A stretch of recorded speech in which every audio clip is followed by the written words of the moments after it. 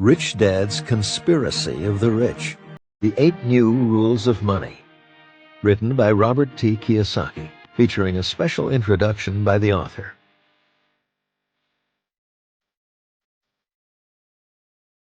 Hi, this is Robert Kiyosaki, and this is the introduction to Conspiracy of the Rich. Back in 1983, I began to see this crisis occurring. You see, this crisis is not a recent event. It has been occurring and reoccurring for hundreds of years. This crisis occurs every time the rich and the powerful attempt to manipulate the money supply and our government. One way they manipulate our lives is via our money supply, today known as the Federal Reserve Bank, and the government, specifically the U.S. Treasury. So again, this crisis is not a recent phenomenon.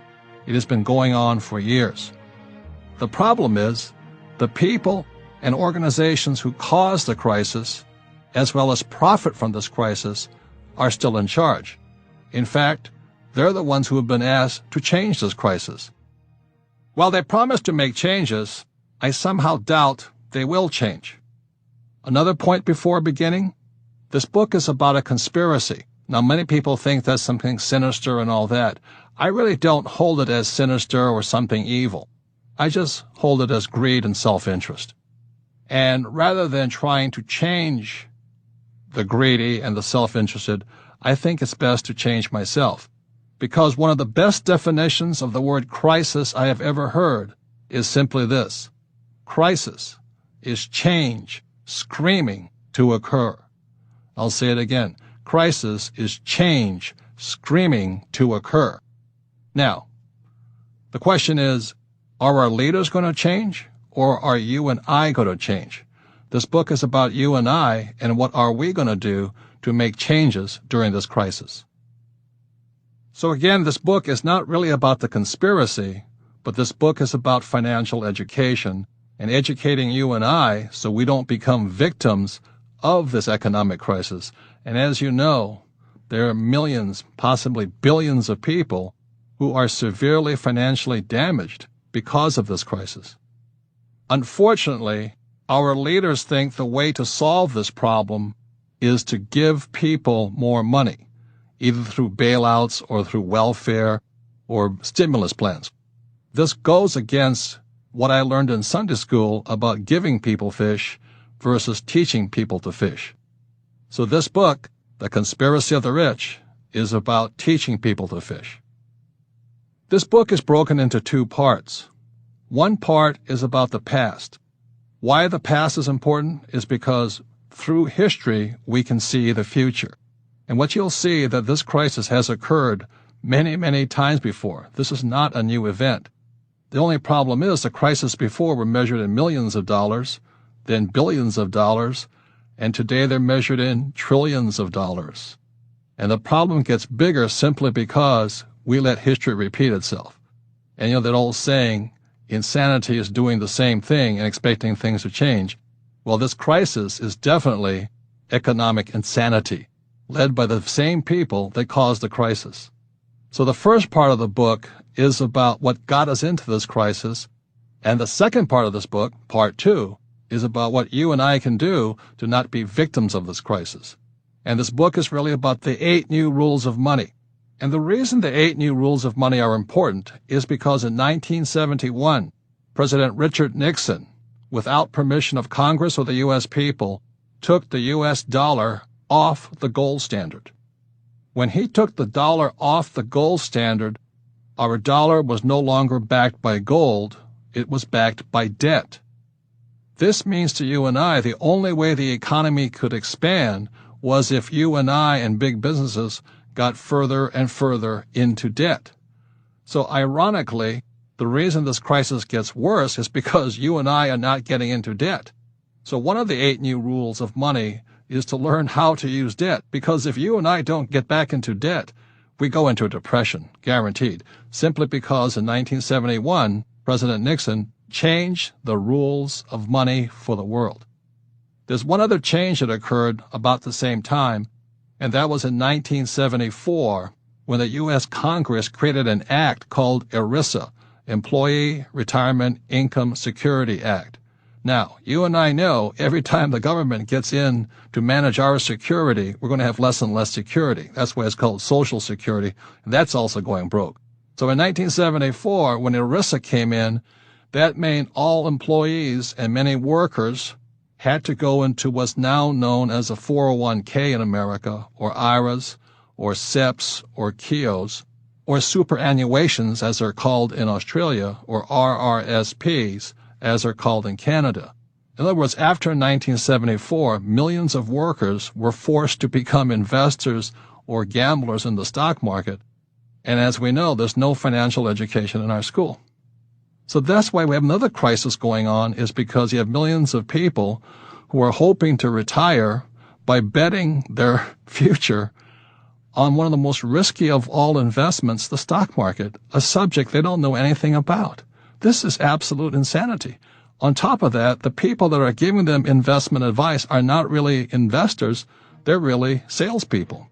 So this is an example of changing the rules and why you and I need to change our own rules so we don't become victims to this entire global conspiracy of the rich.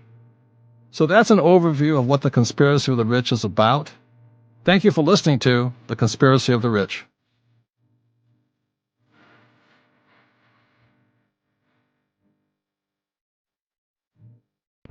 Acknowledgements.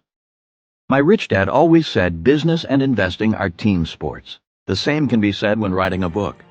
We have made history with Conspiracy of the Rich. As the first truly interactive online book in the Rich Dad series, I was in uncharted waters.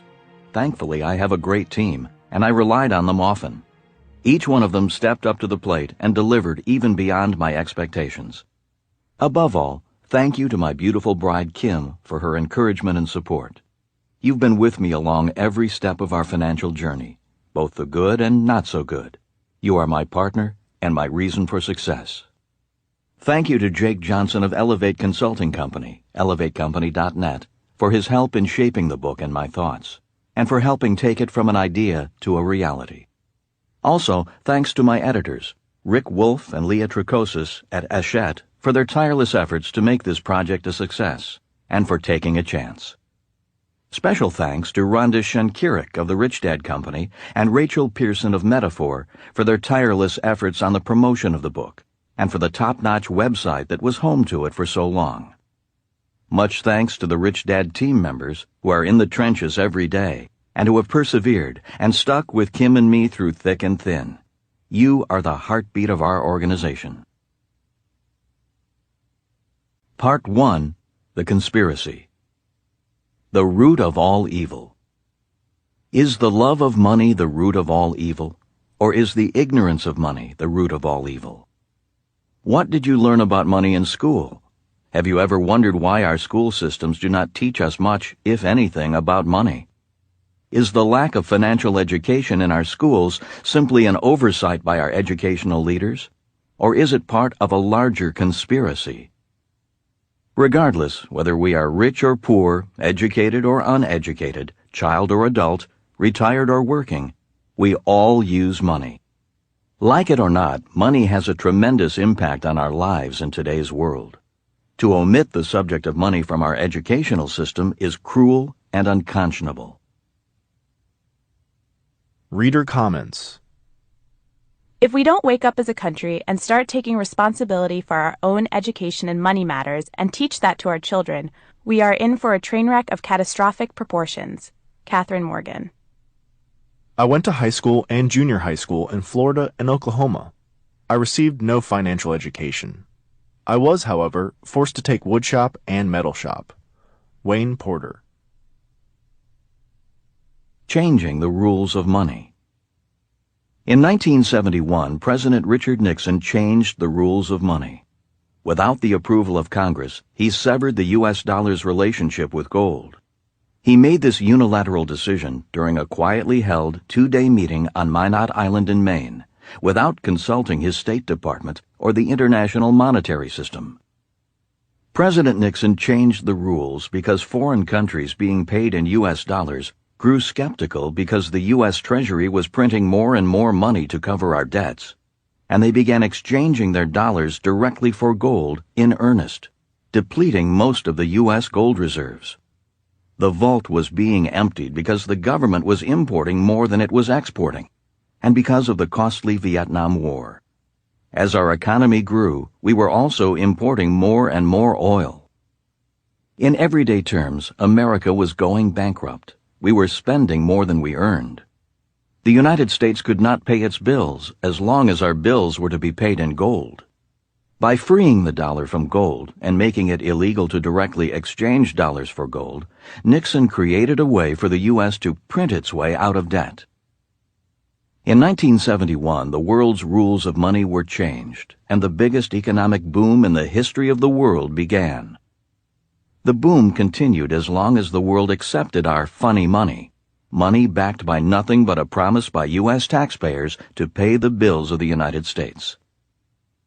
Thanks to Nixon's change in the rules of money, inflation took off. The party was on. As more and more money was printed each decade, the value of the dollar decreased, and the prices of goods and assets went up. Even middle-class Americans became millionaires as home prices kept climbing. They received credit cards in the mail. Money was flowing freely. To pay off their credit cards, people used their homes as ATMs. After all, houses always went up in value, right? Blinded by greed and easy credit, however, many people either didn't see or ignored the dire warning signs such a system created. In 2007, a new term crept into our vocabulary: subprime borrower, a person who borrowed money to buy a house he could not afford.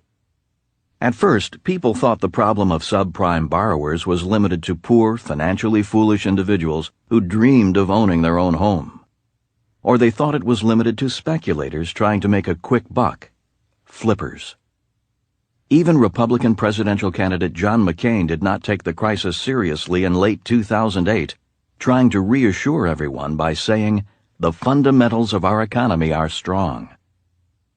Around the same time, another word crept into our daily conversation: bailout, saving our biggest banks from the same problems that faced subprime borrowers: too much debt and not enough cash. As the financial crisis spread, millions of people lost their jobs, their homes, their savings, their college funds, and their retirements. Those who so far have not lost anything are afraid they might be next. Even states felt the pinch. California Governor Arnold Schwarzenegger began talking about issuing IOUs instead of paychecks for government lawmakers, because California, one of the biggest economies in the world, was going broke. Now, with 2009 underway, the world looks to a newly elected president, Barack Obama, for salvation. A cash heist. In 1983, I read a book by Buckminster Fuller entitled Grunch of Giants. The word grunch is an acronym standing for Gross Universe Cash Heist.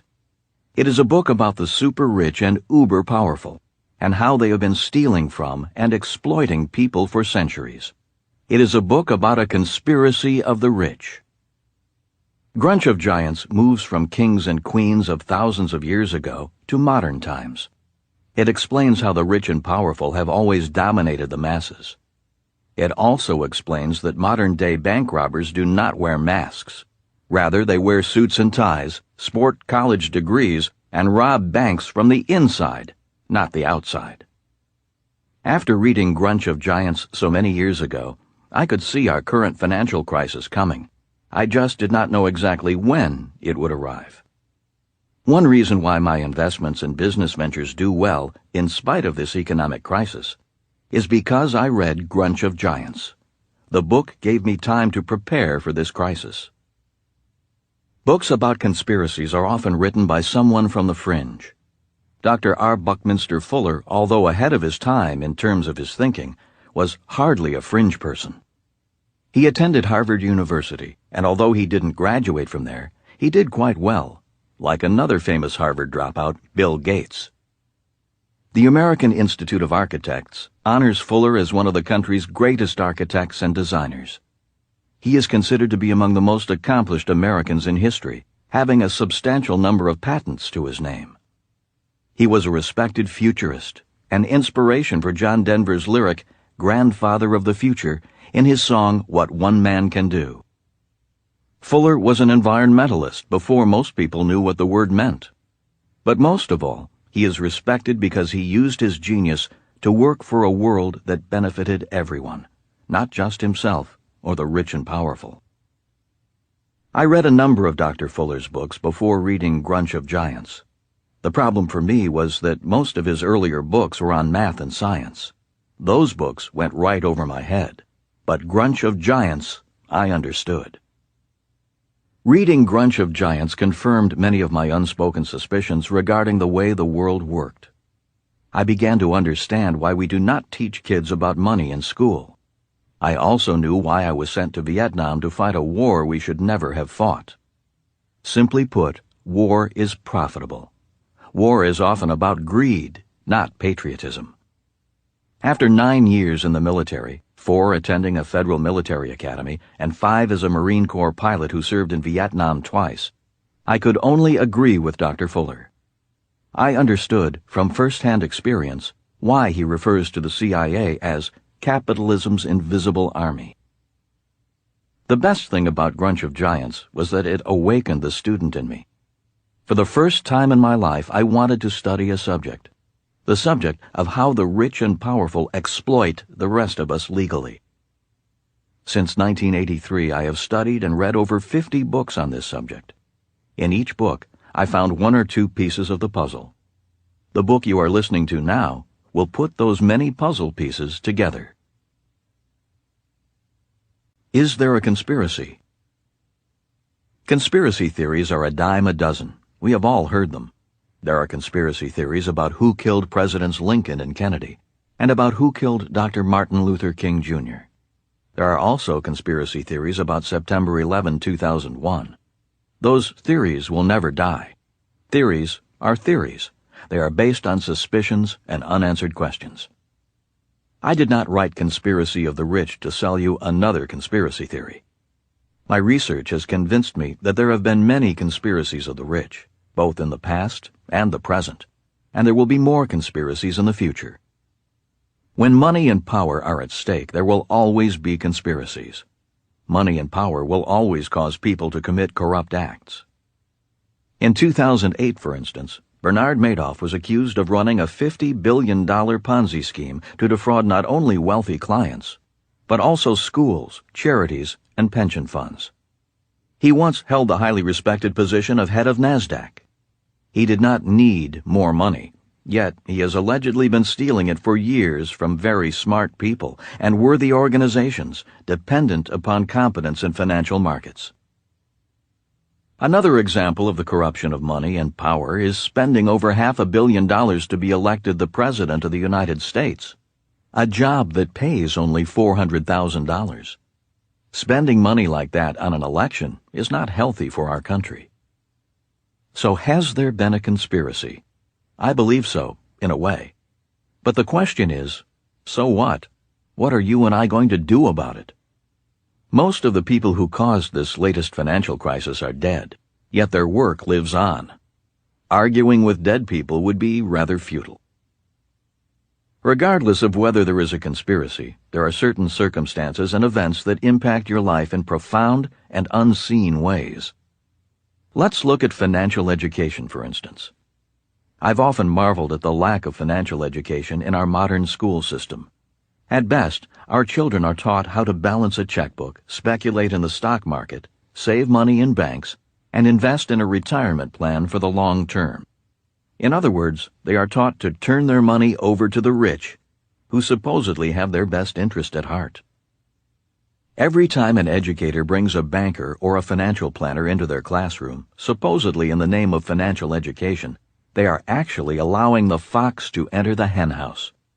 I am not saying bankers and financial planners are bad people. All I am saying is that they are agents of the rich and powerful.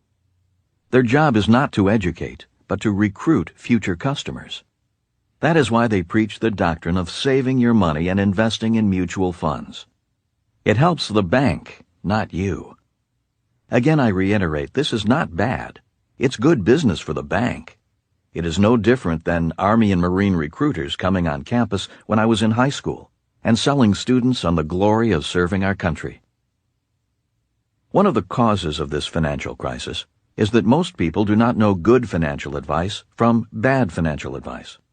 Most people cannot tell a good financial advisor from a con man. Most people cannot tell a good investment from a bad one. Most people go to school so they can get a good job, work hard, pay taxes, buy a house, save money, and turn over any extra money to a financial planner or an expert like Bernie Madoff. Most people leave school not knowing even the basic differences between a stock and a bond, between debt and equity. Few know why preferred stocks are labeled preferred and why mutual funds are mutual, or the difference between a mutual fund, hedge fund, exchange-traded fund, and a fund of funds. Many people think debt is bad, yet debt can make you rich. Debt can increase your return on investment, but only if you know what you're doing. Only if you know the difference between capital gains and cash flow, and which is less risky. Most people blindly accept the idea of going to school to get a good job and never know why employees pay higher tax rates than the entrepreneur who owns the business. Many people are in trouble today because they believe their home was an asset, when it was really a liability. These are basic and simple financial concepts. Yet for some reason our schools conveniently omit a subject required for a successful life, the subject of money. In 1903, John D. Rockefeller created the General Education Board. It seems this was done to ensure a steady supply of employees who are always financially in need of money, a job, and job security.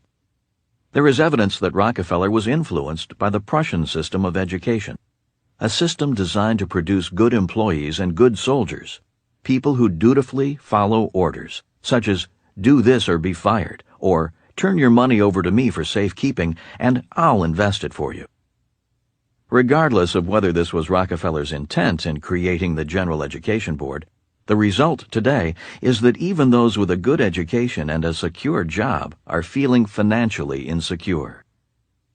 Without a basic financial education, long-term financial security is almost impossible. In 2008, millions of American baby boomers began retiring at a rate of 10,000 a day, expecting the government to take care of them financially and medically. Today, many people are finally learning that job security does not ensure long-term financial security. In 1913, the Federal Reserve was created, even though the Founding Fathers, creators of the U.S. Constitution, were very much against a national bank that controlled the money supply. Without proper financial education, few people know that the Federal Reserve is not federal or American. It has no reserves, and it is not a bank. Once the Fed was in place, there were two sets of rules when it came to money. One set of rules for people who work for money, and another set of rules for the rich who print money. In 1971, when President Nixon took the United States off the gold standard, the conspiracy of the rich was complete. The rules of money were completely changed and heavily tilted in favor of the rich and powerful. The biggest financial boom in the history of the world began, and today, in 2009, that boom has busted. Reader comment. I remember when they stopped backing our money with gold. Inflation went crazy. I was only a teenager and had gotten my first job. Things I needed back then I had to buy myself. Price of goods went up, but not my parents' paychecks. The discussions of the adults revolved around how this could have happened. They felt that this could be the downfall of our whole economic system. It took a while, but here it is. C.A. Gosnell. What can I do? As mentioned, the conspiracy of the rich has created two sets of rules when it comes to money: old rules of money and new rules of money. One set of rules is for the rich, and another set is for ordinary people. The people who are most worried by our current financial crisis are those playing by the old set of rules. If you want to feel more secure about your future, you need to know the new set of rules, the 8 new rules of money. This audiobook will teach you those rules and how to use them to your advantage. Following are 2 examples of old rules of money versus new rules of money. Old rule: save money. After 1971, the U.S. dollar was no longer money, but rather a currency, something I talk about in my book, Rich Dads Increase Your Financial IQ. As a consequence, savers became losers. The U.S. government was allowed to print money faster than it could be saved. When a banker raves about the power of compounding interest, what he or she fails to also tell you about is the power of compounding inflation, or in today's crisis, the power of compounding deflation. Inflation and deflation are caused by governments and banks attempting to control the economy by printing and lending money out of thin air. That is, without anything of value backing the money other than the full faith and credit of the United States. For years, people all across the globe have believed that U.S. bonds are the safest investment in the world. For years, savers dutifully bought U.S. bonds, believing that was the smart thing to do. At the start of 2009, 30-year U.S. Treasury bonds are paying less than 3% interest. To me, this means that there is too much funny money in the world. Savers will be losers, and in 2009, U.S. bonds could be the riskiest of all investments. If you don't understand why that is, don't worry. Most people don't, which is why financial education, or the lack thereof, in our schools is so important. This subject of money, bonds, and debt will be covered more fully later in the audiobook, unlike in your high school economics class.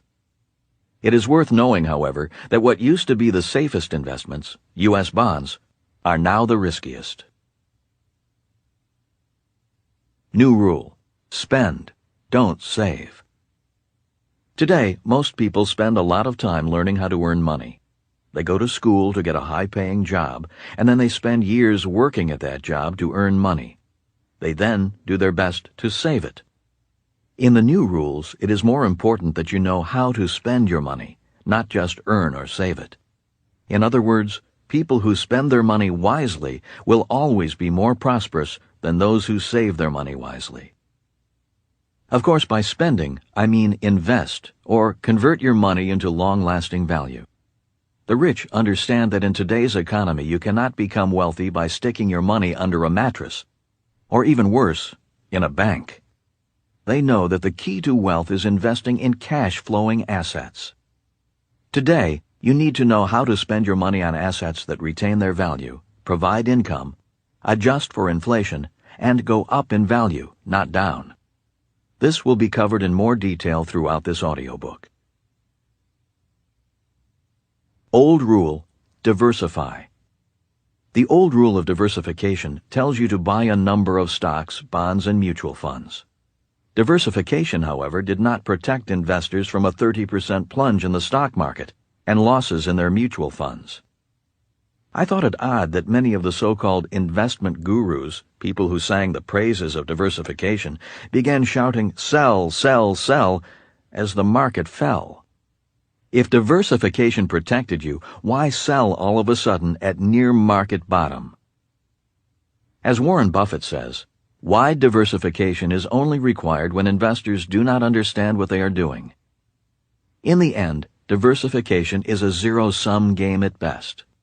If you are evenly diversified, when one asset class goes down, the other goes up.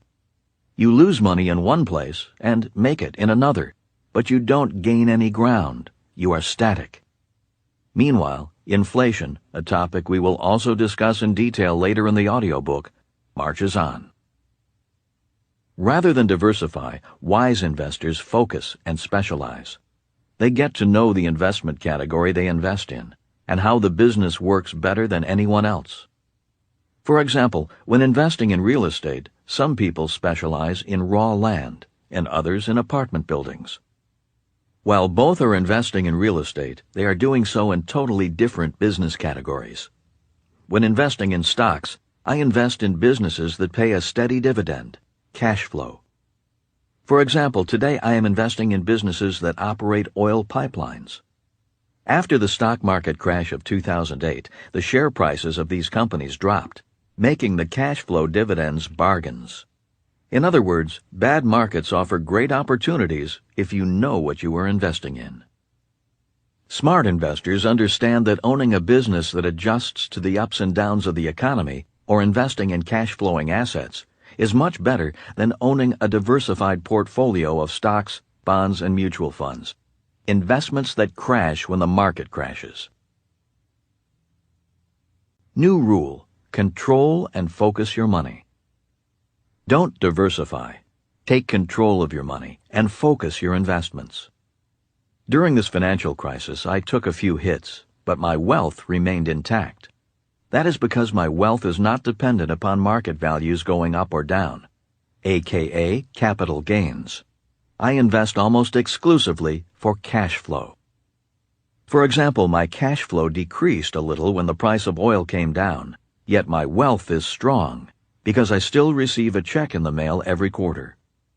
Even though the price of the oil stocks, capital gains, came down, I'm not worried because I receive cash flow from my investment.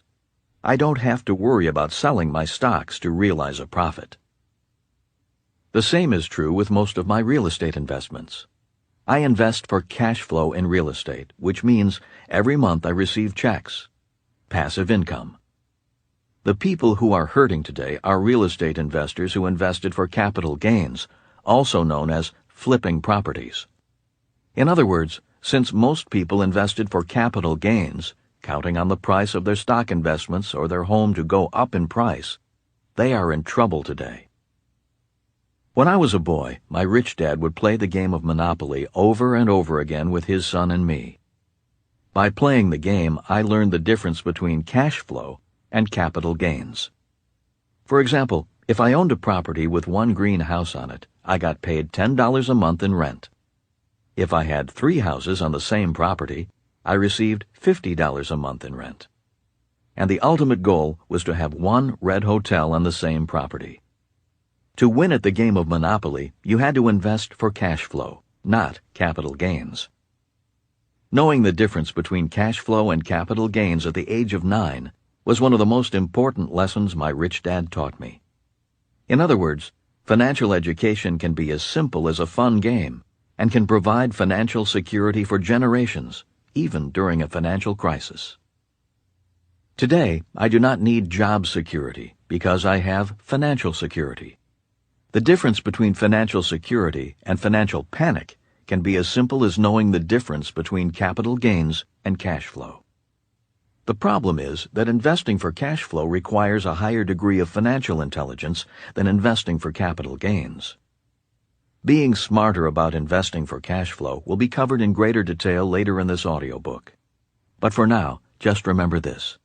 It is easier to invest for cash flow during a financial crisis. So don't waste a good crisis by hiding your head in the sand.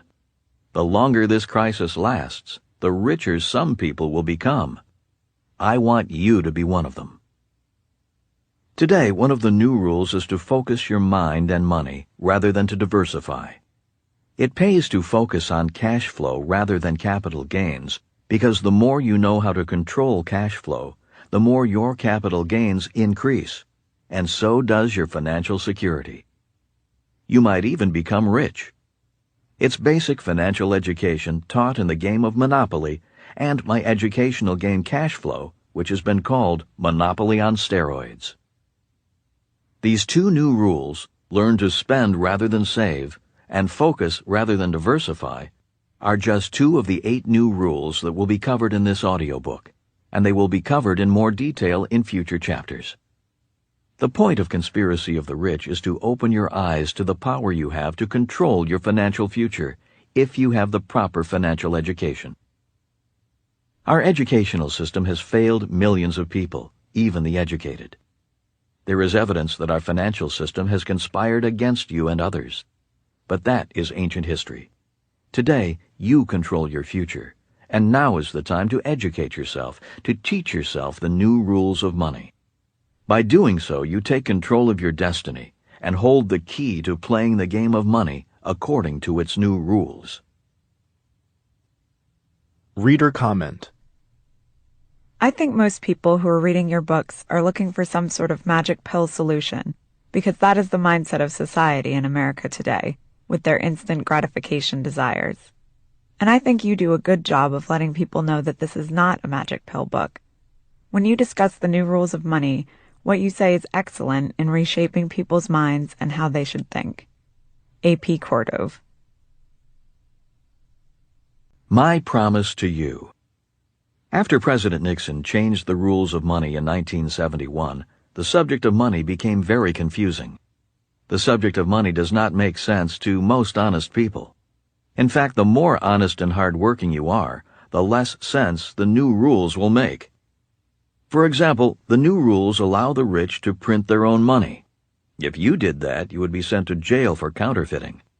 But in this audiobook, I will describe how I print my own money legally. Printing your own money is one of the great secrets of the truly rich. My promise to you is that I will do my very best to keep my explanations as simple as possible.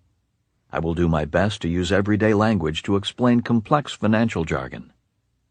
For example, one of the reasons why there is a financial crisis today is because of a financial tool known as a derivative. Warren Buffett once called derivatives weapons of mass destruction, and his description proved true.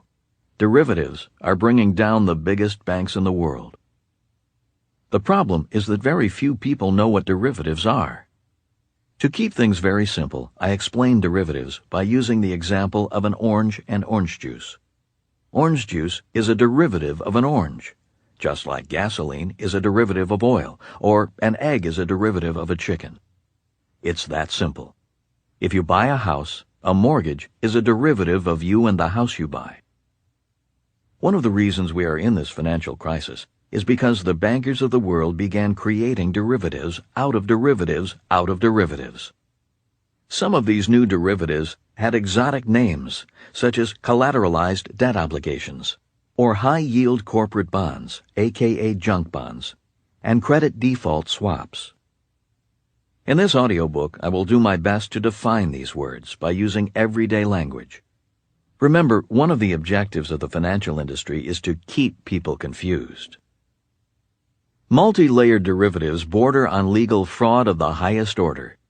They are no different than someone using a credit card to pay off a credit card and then refinancing their home with a new mortgage, paying off their credit cards, and using the credit cards all over again.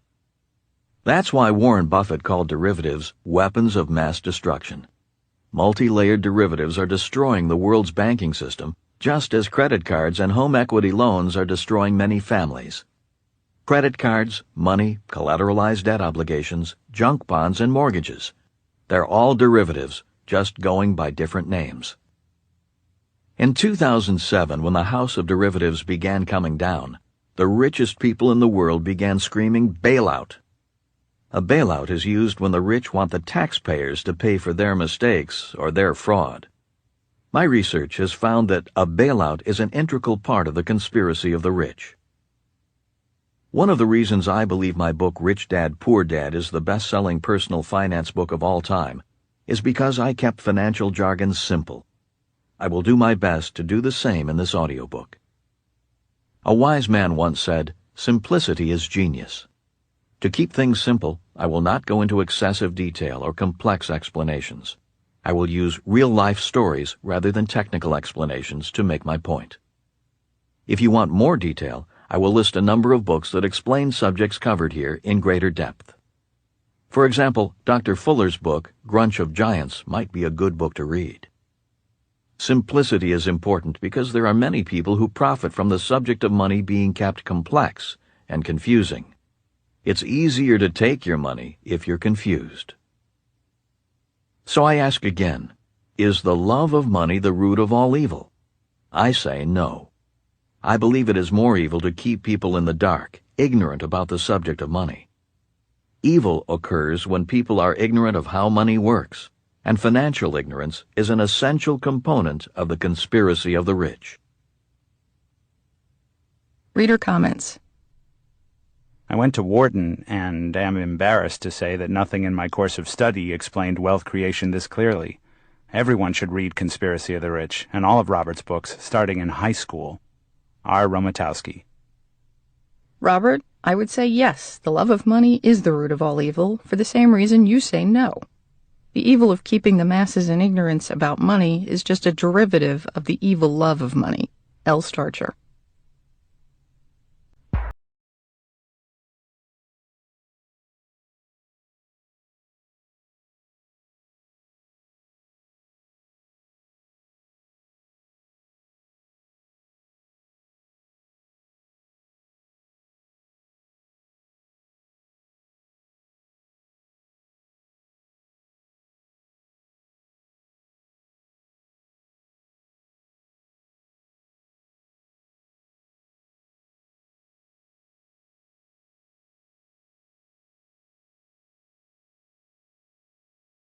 Motors continue to wobble. Their long-term survival is in question. The crisis threatens not only major corporations and multinational banking conglomerates, but also the security of hard-working families. Today, millions of people who thought they were doing the right thing by following the conventional wisdom of going to school, getting a job, buying a home, saving money, staying free of debt, and investing in a diversified portfolio of stocks, bonds, and mutual funds are in financial trouble.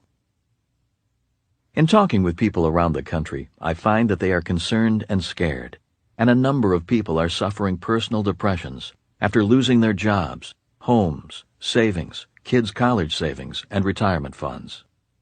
Many don't understand what is happening to our economy or how it will eventually affect them. Many wonder what caused this crisis, asking, is anyone to blame? Who can solve the problem? And when will the crisis end? With that in mind, I think it's important to spend a moment reviewing the events leading up to our current crisis.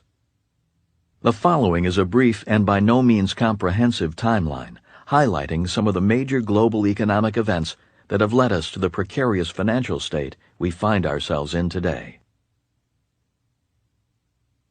August 6, 2007. American Home Mortgage, AIG, one of America's largest mortgage providers, filed for bankruptcy. August 9, 2007. French bank BNP Paribas, because of problems with U.S. subprime mortgages, announced it couldn't value assets worth over 1.6 billion euros. As global credit markets locked up, the European Central Bank injected nearly 95 billion euros into the Eurozone banking system in an effort to stimulate lending and liquidity. August 10, 2007. A day later, the European Central Bank pumped another 61 billion euros into global capital markets. August 13, 2007. The European Central Bank released another 47.6 billion euros, the third cash infusion totaling almost 204 billion euros in a span of 3 working days. September 2007. Northern Rock, the largest mortgage broker and a large consumer bank in Britain, experienced a run on the bank by depositors. It was the first bank run in over 100 years. The presidential campaign heats up. As the financial crisis spread around the world in 2007, the U.S. presidential campaign, which was to be the longest and most expensive political campaign in history, picked up steam. During the early part of the campaign, even though there were clear signs that the world economy was on the verge of collapsing, the major presidential candidates rarely mentioned the economy as an issue.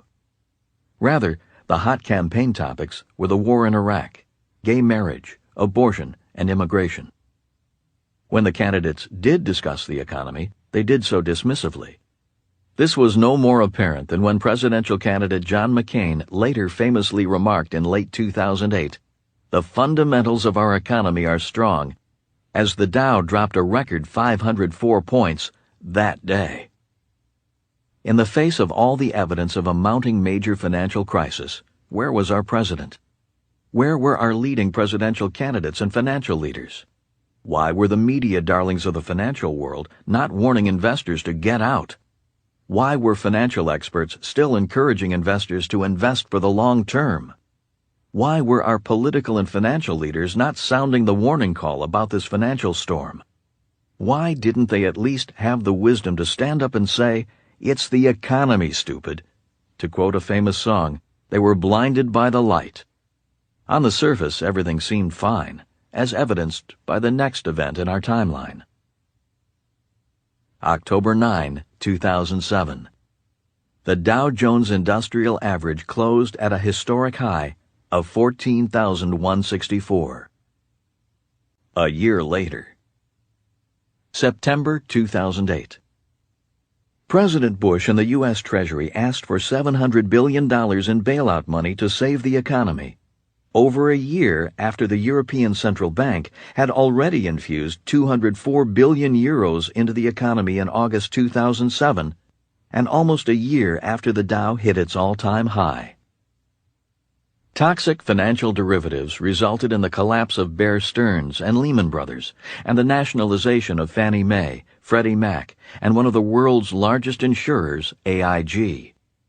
Additionally, the U.S. auto industry revealed that it was ailing, and GM, Ford, and Chrysler asked for bailout money. Many states and city governments were also now asking for bailout money. September 29, 2008. On a Black Monday after President Bush asked for bailout money, the Dow plunged 777 points. It was the biggest single-day point-based drop in history, and the Dow closed at 10,365. October 1, 2008 through October 10, 2008. In one of its worst spans ever recorded, the Dow dropped 2,380 points in a little over a week. October 13, 2008. The Dow began to exhibit extreme volatility, going up 936 points in one day, the best point gain in history, closing at 9,387. October 15, 2008. The Dow plunged 733 points, closing at 8,577. October 28, 2008.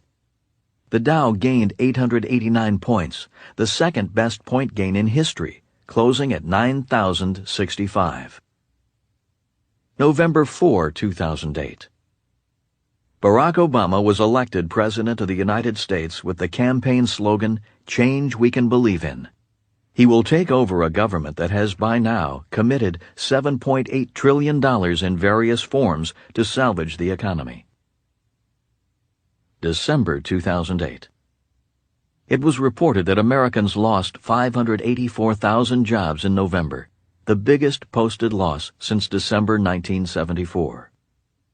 Unemployment was reported at a 15-year high of 6.7%, with nearly 2 million jobs lost in the United States alone in 2008. Additionally, it was reported that China, the world's fastest-growing economy, lost 6.7 million jobs in 2008, an indication that the global economy was in severe distress and on the verge of meltdown. Economists finally admitted the U.S. economy had been in a recession since December 2007. 1 year later, the economists finally figured it out. Warren Buffett, whom many consider the world's smartest investor, saw his company, Berkshire Hathaway, lose 33% of its stock value in a year. Investors took solace in the fact that the fund outperformed the market by losing less than the average. That's comforting. Yale and Harvard University announced their endowment funds lost over 20% in a year. GM and Chrysler received $17.4 billion in government loans. President-elect Obama announced an $800 billion stimulus plan centered on massive infrastructure projects aimed at easing the record U.S. job losses. This is in addition to the $7.8 trillion already committed by the U.S. government. December 31, 2008. The Dow closed at 8,776, down 5,388 points from its record high achieved just over a year earlier. It was the worst yearly performance for the Dow since 1931 and equated to $6.9 trillion in lost value. Back to the future. Faced with such an overwhelmingly bad economy, President Bush pushed through a landmark bailout plan aimed at saving the economy, saying this legislation will safeguard and stabilize America's financial system and put in place permanent reforms so these problems will never happen again. Many people breathed a sigh of relief, thinking, finally, the government is going to save us. The problem is, those are not the words of President George W. Bush. Those are the words of his father, George H.W. Bush. In 1989, the first President Bush asked for $66 billion to save the savings and loan, S&L, industry. The $66 billion did not solve the problem. The S&L industry disappeared from sight. On top of that, the estimated $66 billion rescue package eventually cost taxpayers over $150 billion, more than twice the amount originally estimated. Where did all that money go? Like father, like son. 20 years later, in September 2008, President George W. Bush asked for $700 billion and made a similar promise. We'll make sure as time goes on this doesn't happen again. In the meantime, we gotta solve the problem. And that's why people sent me to Washington, D.C. Why is it that a father and son said almost the same thing about saving the economy, almost 20 years apart?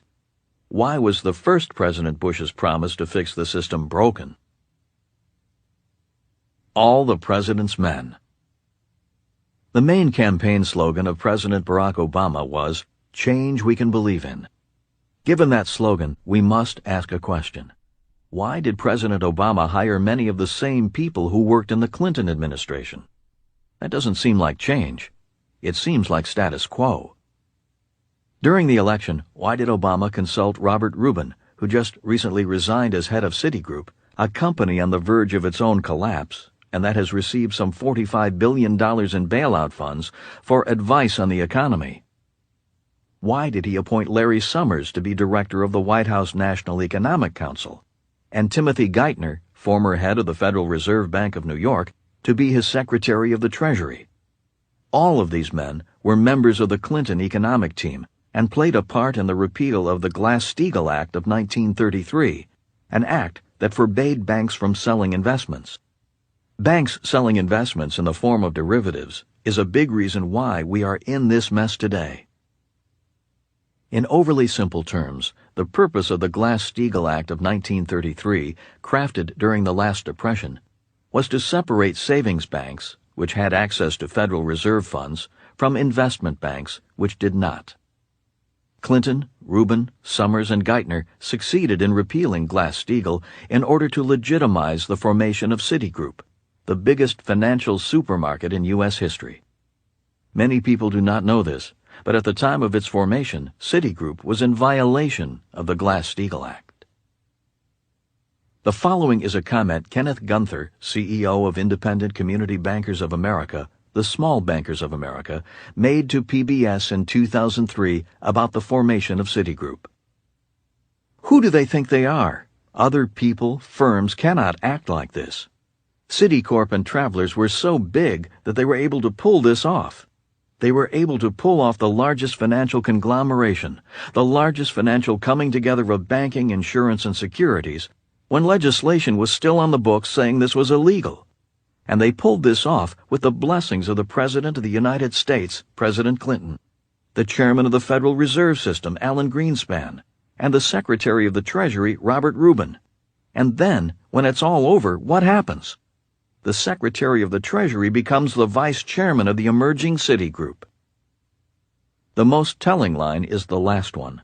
The Secretary of the Treasury, Robert Rubin, becomes the Chairman of the emerging Citigroup. As we've discussed, Robert Rubin was Obama's advisor during the presidential campaign. President Obama's current Secretary of the Treasury is Timothy Geithner. He was Under-Secretary of the Treasury from 1998 to 2001 under Treasury Secretaries Robert Rubin and Lawrence Summers. Summers is Geithner's mentor, and many call Geithner a Robert Rubin protege. Oh, what a tangled web we weave. In other words, these same men are partially responsible for triggering this financial crisis. By allowing the combining of savings banks with investment banks, these guys accelerated the sale of the exotic financial derivatives that Warren Buffett called weapons of mass financial destruction, and that have helped bring the entire global economy to its knees. How can there be change if the same people who expanded this financial mess remain in charge? What does President Obama mean when he promises change we can believe in? Republicans, Democrats, and bankers. One reason why Presidents Bush Sr. and Bush Jr. said almost the same words, that a bailout would save the economy and never happen again, is because they are elected to protect the system, not fix it.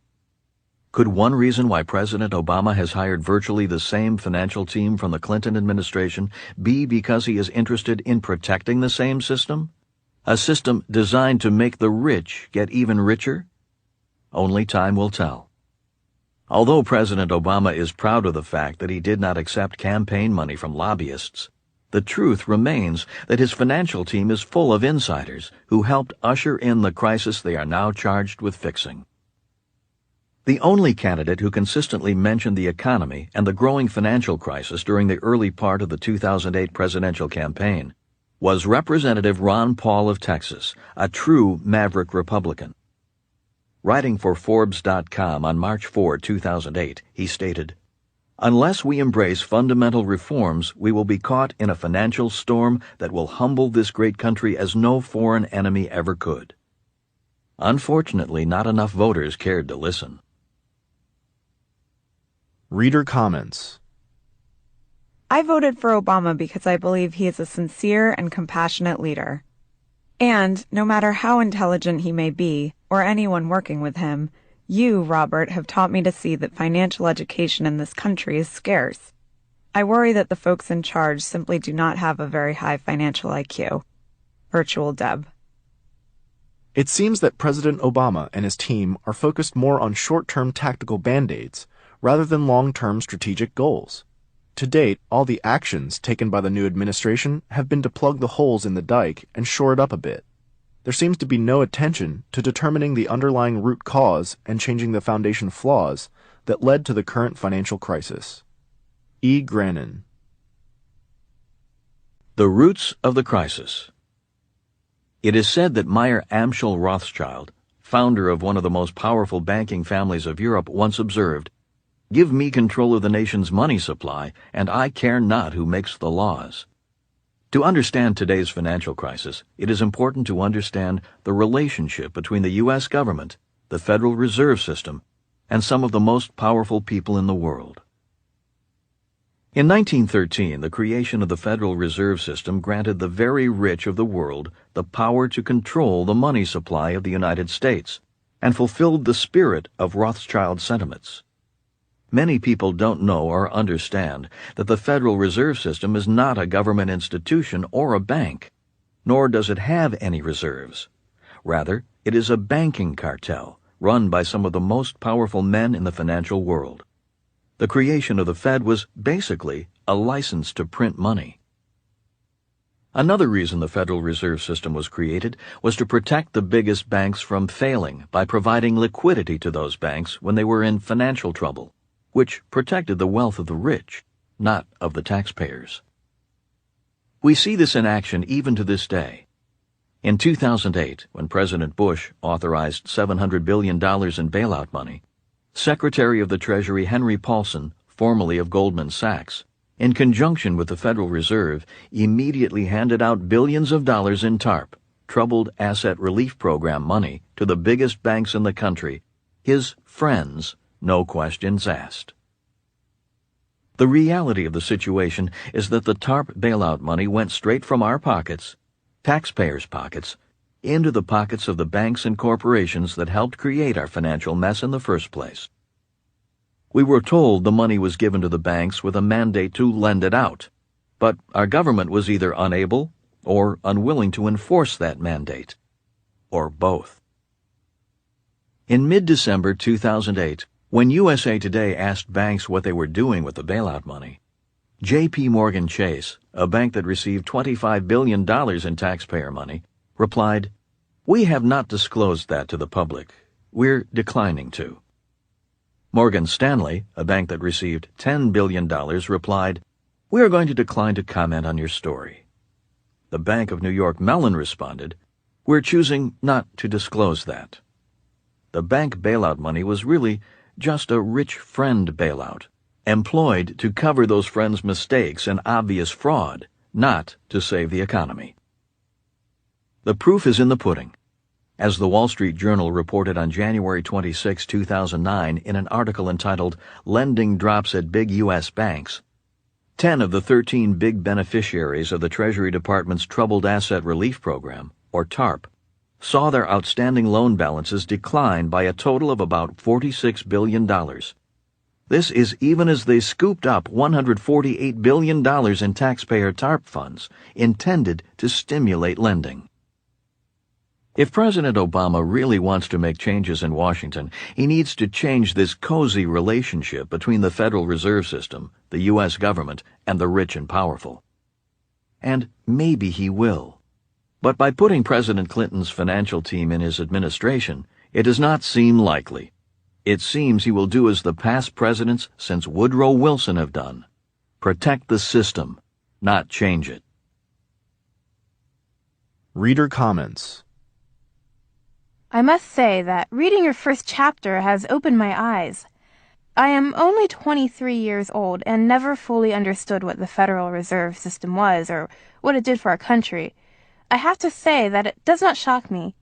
I am truly grateful that you have been honest and are not afraid to give the truthful definition of what a lot of things mean and stand for. It is, however, truly sad that taxpayers are affected by this, and a lot of them do not even know or understand it.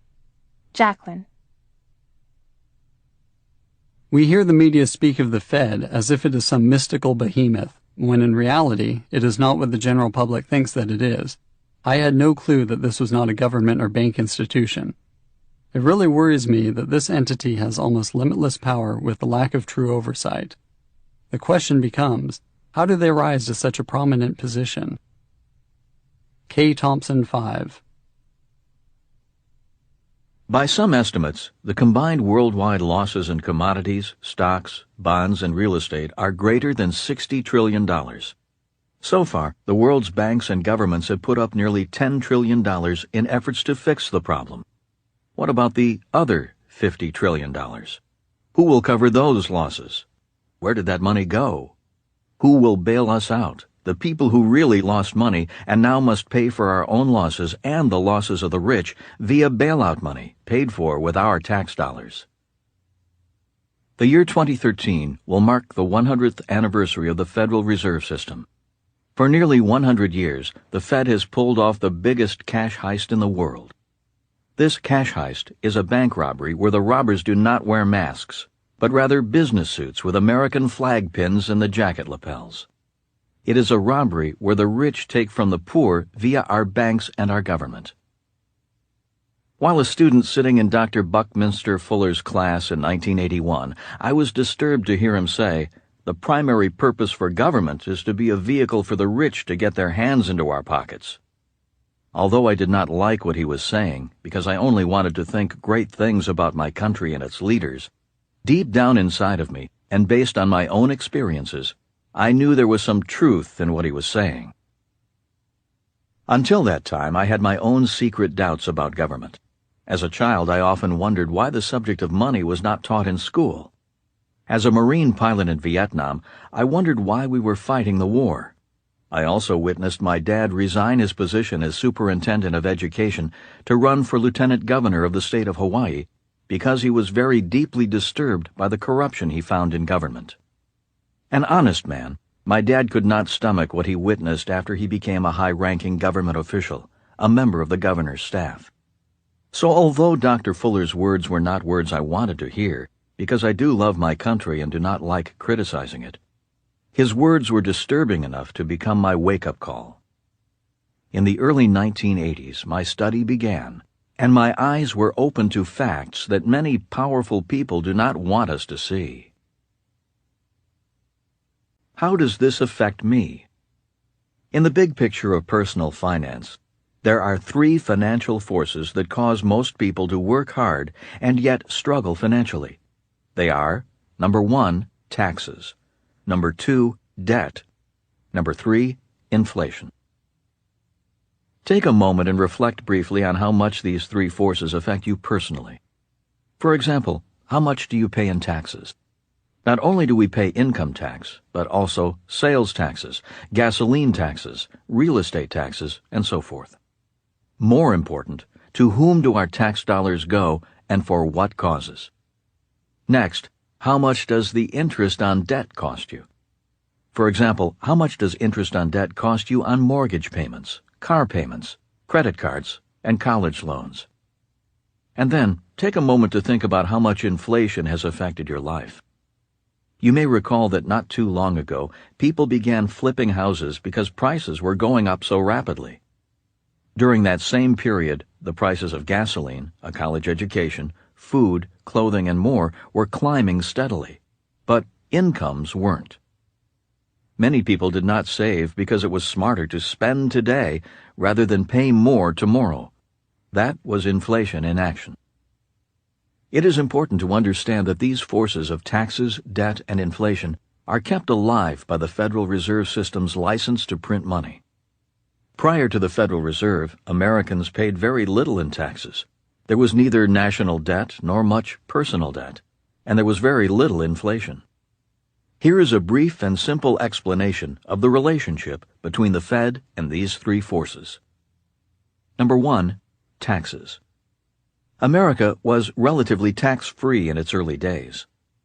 In 1862, the first income tax was levied to pay for the Civil War.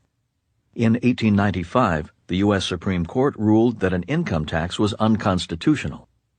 In 1913, however, the same year the Federal Reserve System was created, the 16th Amendment was passed, making an income tax permanent.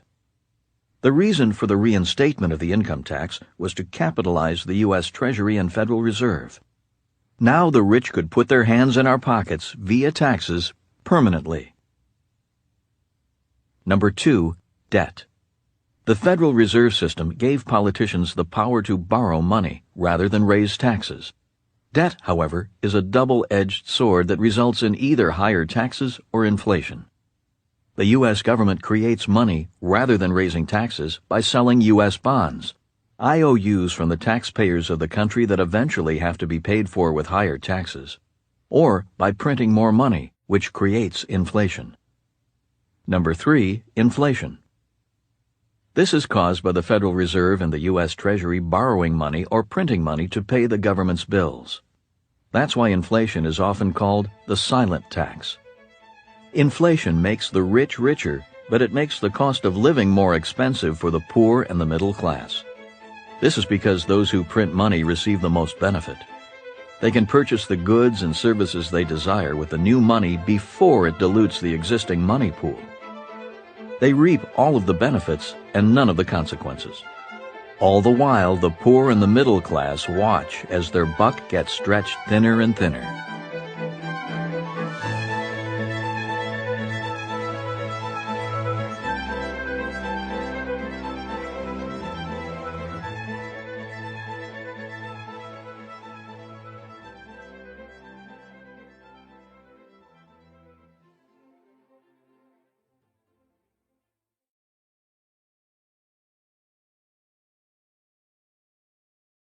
Reader comments. Living in Zimbabwe, which has had the highest inflation in the world, I have come to understand the added advantage of not keeping money, currency. Basically, the price of a good changed 3 times in one day, and there was need to lock down the value in the morning and resell the product in the evening, which meant a nice profit.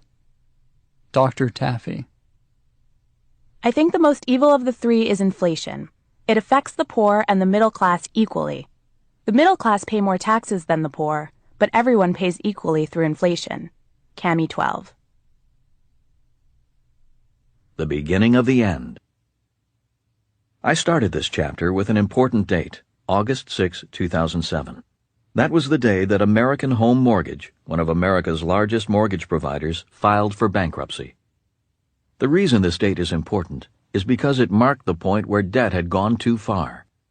The global system could not absorb any more debt. On August 6, 2007, the debt bubble burst, and today we have deflation. which is a much more serious problem than inflation, something we'll go over in more depth in future chapters. To save the world, President Obama has to stop deflation. The primary tool he has for fighting deflation is inflation. This means he will have to employ massive amounts of debt and print more money out of thin air. And ultimately, this means higher taxes, debt, and if he is successful, inflation. Think of the global economy as a big hot air balloon. Things were going along splendidly until August 6, 2007, when too much hot air, debt, caused a tear in the balloon. As the horrifying ripping sound spread, central banks of the world began pumping more and more hot air, debt, into the balloon in an attempt to keep it from crashing to the ground and causing a depression. In his book, A Tale of Two Cities, Charles Dickens famously wrote, "It was the best of times, it was the worst of times. It was the age of wisdom, it was the age of foolishness." Amazingly, things have not changed much since Dickens wrote that in 1859. For some people, deflation makes these the best of times. The cost of living is going down as the prices of oil, real estate, stocks, and commodities drop, and thus become more affordable. Apparently, Walmart isn't the only one rolling back prices. The central banks and governments of the world, hoping people, businesses, and governments will get deeper into debt by borrowing more money, are pumping trillions of dollars into the economy at interest rates near zero, virtually free money. Holders of massive pools of money are waiting like vultures for the right moment to flood back into the market and pick clean the bones of dead and dying companies. For well-positioned investors, this is the opportunity of a lifetime to snatch up assets at a discount. For well-positioned businesses, now is the time to gain market share as their competition goes under due to bankruptcy. These people see abundance. For others, these are the worst of times. The cost of living may be going down, but these people are unable to reap the benefits because they no longer have a job to cover even their basic living expenses, or they are so saddled with debt that they owe more money than their assets are worth, and the assets they have are really liabilities, such as their houses. The central banks of the world are flooding the system with money, but it is not helping these people because they cannot get loans for cars or houses. As the money supply blows up like a balloon, their access to that money shrinks.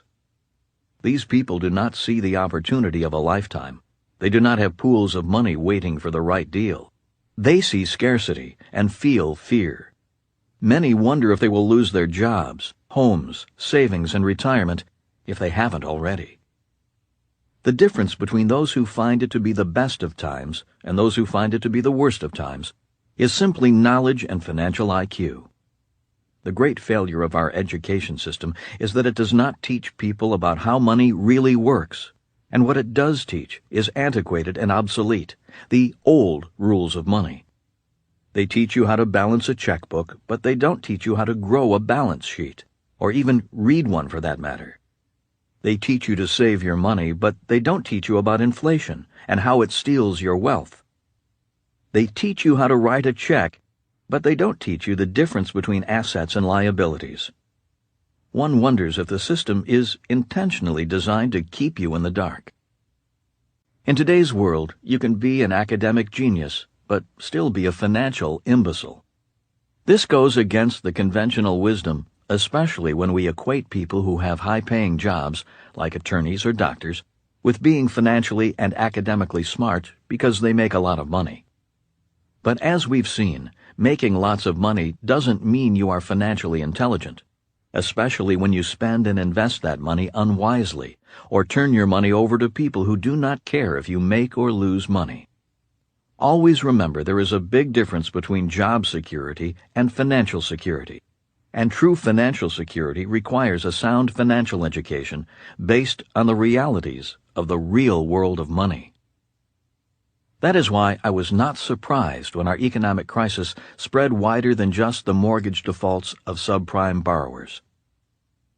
The talking heads and our leaders appeared to be surprised. That is why our presidential candidates did not mention the problem during the campaign. They towed the line for as long as they could, assuring us that there was no crisis and that our financial problems were limited to poor people not paying their mortgages. As we now know, the problem was not just poor people with too much debt. The problem started at the highest levels of government and finance. Millions have lost much of what they spent their lives working for because they have no understanding of the new rules of money and how they affect our lives. And that is a systemic problem that can't be solved by one charismatic politician. So here we come back to the question posed in the title of this chapter: can Obama save us? The correct question should be, how can we save ourselves? The answer, and the key to our freedom from the tyranny of our economy, is knowledge. By educating yourself about money and how it works, you unlock the potential within yourself to break free from the mentality of scarcity and see the abundance all around you. For you, these truly can be the best of times. Personally, I do not expect government or big business to save me. I simply watch what the powers that be actually do, more than what they say or promise, and I respond accordingly to those actions. Knowing how to respond rather than follow, and taking confident action rather than waiting to be told what to do, requires courage and financial education. I believe our financial problem is too big and getting bigger. It is out of control. It is a monetary problem more than a political problem. It is a global problem, not just a U.S. problem. There is only so much Obama can do, and what he can do, I fear, may not be enough. Worst of all, the people really pulling the strings in the financial world do not answer to the President of the United States. They do not need his approval to do what they do. They are beyond the control of world governments and their elected leaders. How can we save ourselves? When I am asked what I would teach if I were in charge of financial education for our school system, my answer is, I would make sure the students understood the relationship between taxes, debt, and inflation before leaving the school system. If they understand that, they will have a more secure financial future.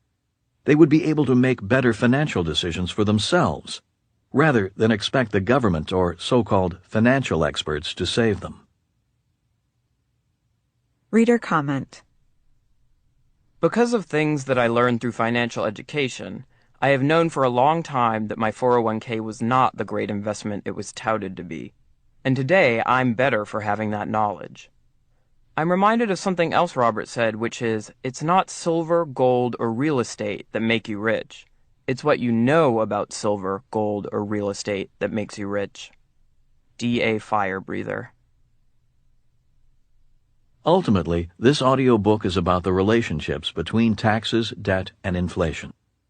These form the foundation for the new rules of money. This audiobook will equip you to take control of your own financial future by giving you the knowledge necessary to understand the forces of taxes, debt, and inflation, and thus the new rules of money. And once you understand these things, you will be in a position to opt out of the conspiracy of the rich and to live a life of true financial freedom. Chapter 2. The Conspiracy Against Our Education. Why Money is Not Taught in School.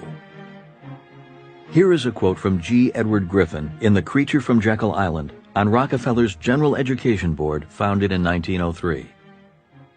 The purpose of the foundation, the General Education Board, was to use the power of money not to raise the level of education in America, as was widely believed at the time, but to influence the direction of that education. The object was to use the classroom to teach attitudes that encourage people to be passive and submissive to their rulers. The goal was, and is, to create citizens who were educated enough for productive work under supervision, but not enough to question authority or seek to rise above their class. True education was to be restricted to the sons and daughters of the elite. For the rest, it would be better to produce skilled workers with no particular aspirations other than to enjoy life. The New School. I was 9 years old when my suspicions about school began. At the time, My family had just moved across town to a new home in order for my dad to be nearer his place of work. I was going to start the 4th grade at a new school. We lived in the little plantation town of Hilo on the Big Island of Hawaii. The main industry of the town was sugar, and about 80% to 90% of the population was descended from Asian immigrants brought to Hawaii in the late 1800s. I myself am 4th-generation Japanese American. At my old elementary school, most of my classmates looked like me. At my new school, 50% of my classmates were white, the other half Asian. Most of the kids, white or Asian, were rich kids from well-to-do families. For the first time, I felt poor. My rich friends had nice homes in exclusive neighborhoods. Our family lived in a rented home behind the library. Most of my friends' families had 2 cars. My family had 1. A number of those families had second homes on the beach. When my friends had birthday parties, they were held at the yacht club.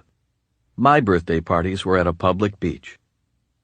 When my friends began playing golf, they took lessons from the pro at their country club. I didn't even own golf clubs. I was a caddy at the country club. My rich friends had new bicycles. Some even had their own sailboats. And they took vacations to Disneyland. My mom and dad promised we would someday go to Disneyland, but we never did.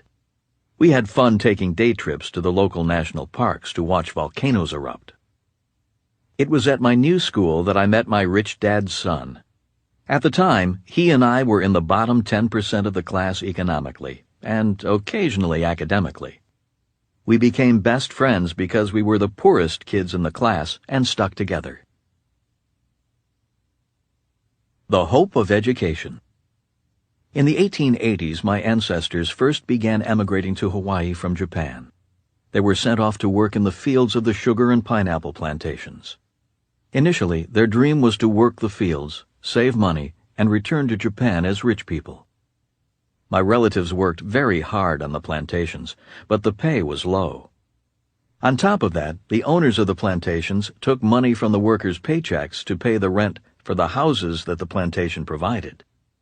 The plantation also owned the only store, which meant workers had to purchase their food and supplies at the plantation store.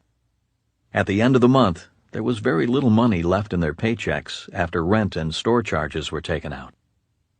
My relatives wanted to get off the plantation as soon as possible, and to them a good education was their ticket out. From stories I've been told, my ancestors scrimped and saved to send their kids to school for a college education.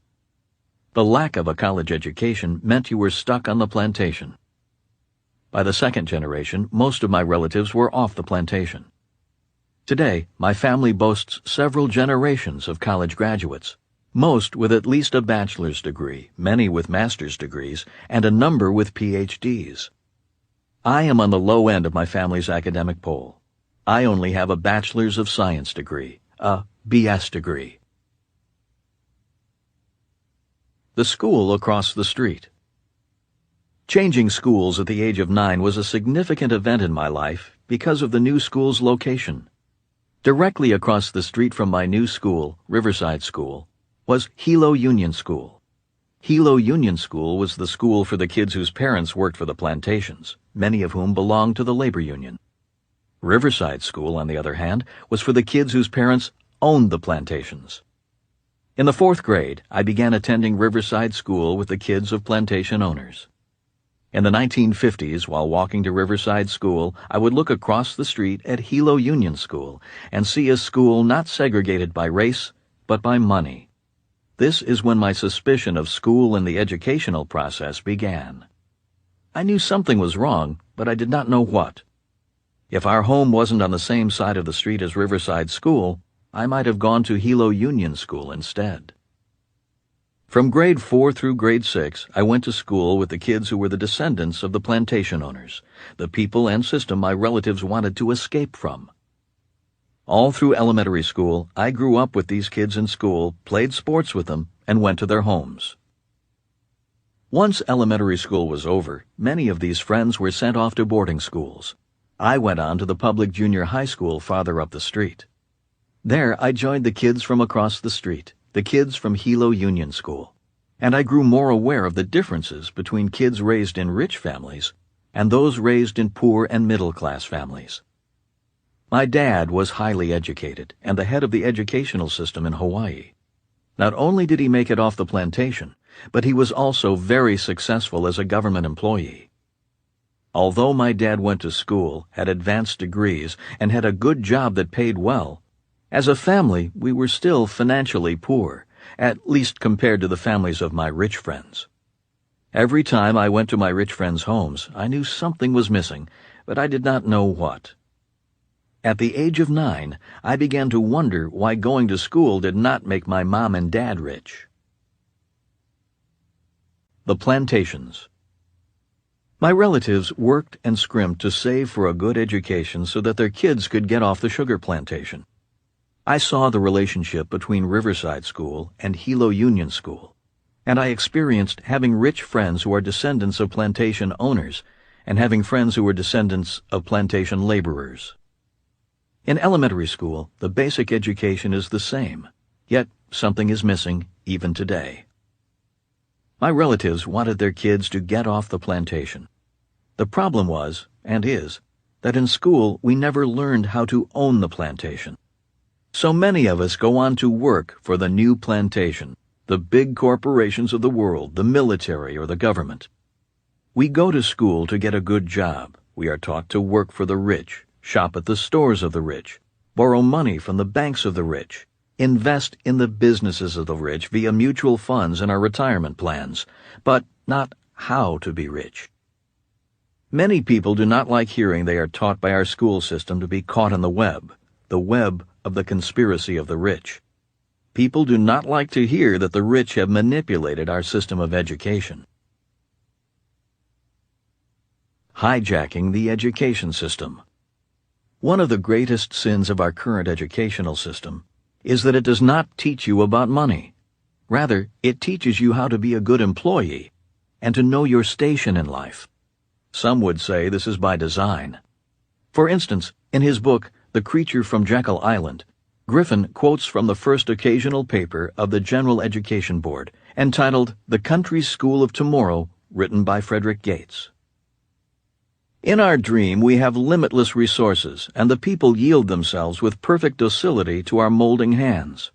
The present educational conventions fade from our minds, and, unhampered by tradition, we work our own good upon a grateful and responsive rural folk. For the task we set before ourselves is a very simple as well as a very beautiful one: to train these people as we find them to a perfectly ideal life just where they are.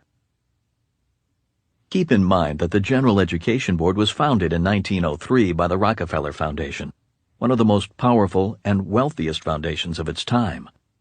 What we see here is an attitude that dates back over 100 years.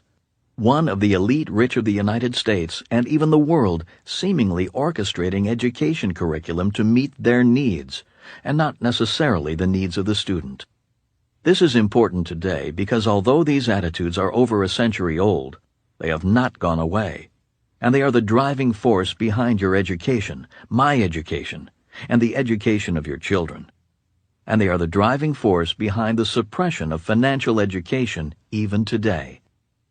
You do not need to know about money when you are destined to simply be a cog in someone else's money machine, or a worker on someone else's plantation. After reading Dr. Fuller's Grunch of Giants in 1983, I began to understand why the subject of money is not taught in schools. Up until then, I did not have the courage to criticize the school system. After all, my father was the head of the education system in Hawaii. As the years went by, however, I began to run into others who had similar views on education and why schools do not teach us much about money. One of the first people I came across who shared my suspicions about education is John Taylor Gatto, author of, among other books, Weapons of Mass Instruction and Dumbing Us Down. Mr. Gatto was named New York City Teacher of the Year 3 times, and also New York State Teacher of the Year. In 1991, he quit the teaching profession in an op-ed piece in the Wall Street Journal, saying, "I can't teach this way any longer. If you hear of a job where I don't have to hurt kids to make a living, let me know." Come fall, I'll be looking for work. He brought to my attention that our current system of education comes from the Prussian system, a system designed to create good employees and soldiers, people who blindly follow orders, waiting to be told what to do, including what to do with their money. As Mr. Gatto said to me recently, the school system was not designed to teach children to think for themselves, nor was it developed to just support the present-day notion that we can all be free. In actuality, our current school system is based on a Prussian model that was developed to do just the opposite, to teach children to obey orders and do as they're told. Compliant and obedient students become employees who are content to work for the rich, or become soldiers who sacrifice their lives to protect the wealth of the rich. You can find out more about John Taylor Gatto at his website, johntaylorgatto.com. He continues to commit his life to educational reform. Now, you may or may not believe that there was an intentional conspiracy against teaching about money in the school system. But what you cannot deny is that our schools should receive a failing grade when it comes to financial education. Whether purposefully or not, our system's lack of teaching and instruction on money is a driving force behind the financial oppression many people in our country face today. It is the lack of financial education that has so many highly educated people worried about today's global financial crisis. There are millions of people who have lost their retirement savings following the advice of financial salespeople.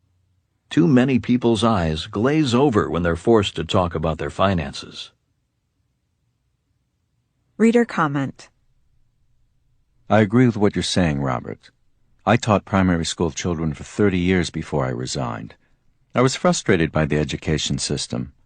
I felt that we set up our youngsters to fail because we were educating them mainly in things that do not equip them for life. The ancient Greeks believed in teaching people to think. We train our young to do as they are told. Henry 54. Exchanging freedom for money. If people do not learn about money, they can end up exchanging their freedom for a paycheck, for a steady job and enough money to pay their bills. Some people spend their lives in constant fear of being fired. That is why, for millions of well-educated workers, job security is more important than financial freedom. For instance, when I was in the Marine Corps, I had the sense that some of my fellow pilots wanted to stay in the service for 20 years, not to fight for our country, but to receive a government paycheck for life. In the world of academia, many teachers dream of the security of tenure more than the pride of teaching. The lack of financial education in our schools has resulted in millions of free people who are willing to let the government take more control over their lives. Because we do not have enough financial intelligence to solve our own financial problems, we expect the government to do it for us. In the process, we surrender our freedom and give the government more and more control over our lives and our money. Every time the Federal Reserve and the U.S. Treasury bail out a bank, we are not helping the people. We are protecting the rich. A bailout is welfare for the rich. With each bailout, we surrender more of our financial freedom, and our share of public debt grows and grows. Big government taking over our banks and solving our personal financial problems through government programs such as Social Security and Medicare is a form of socialism. I believe socialism makes people weaker and keeps them weak. In Sunday school, I was taught to teach people how to fish, not to give people fish. To me, welfare and bailouts are the purest form of giving people fish instead of teaching them how to provide for themselves. Taxes, debt, and inflation. As stated in Chapter 1, the three main forces that keep people struggling financially are taxes, debt, and inflation. I also stated that these three forces are directly connected to the Federal Reserve and the U.S. Treasury. Again, once the Federal Reserve was allowed to print money and increase the national debt, taxes and inflation had to rise.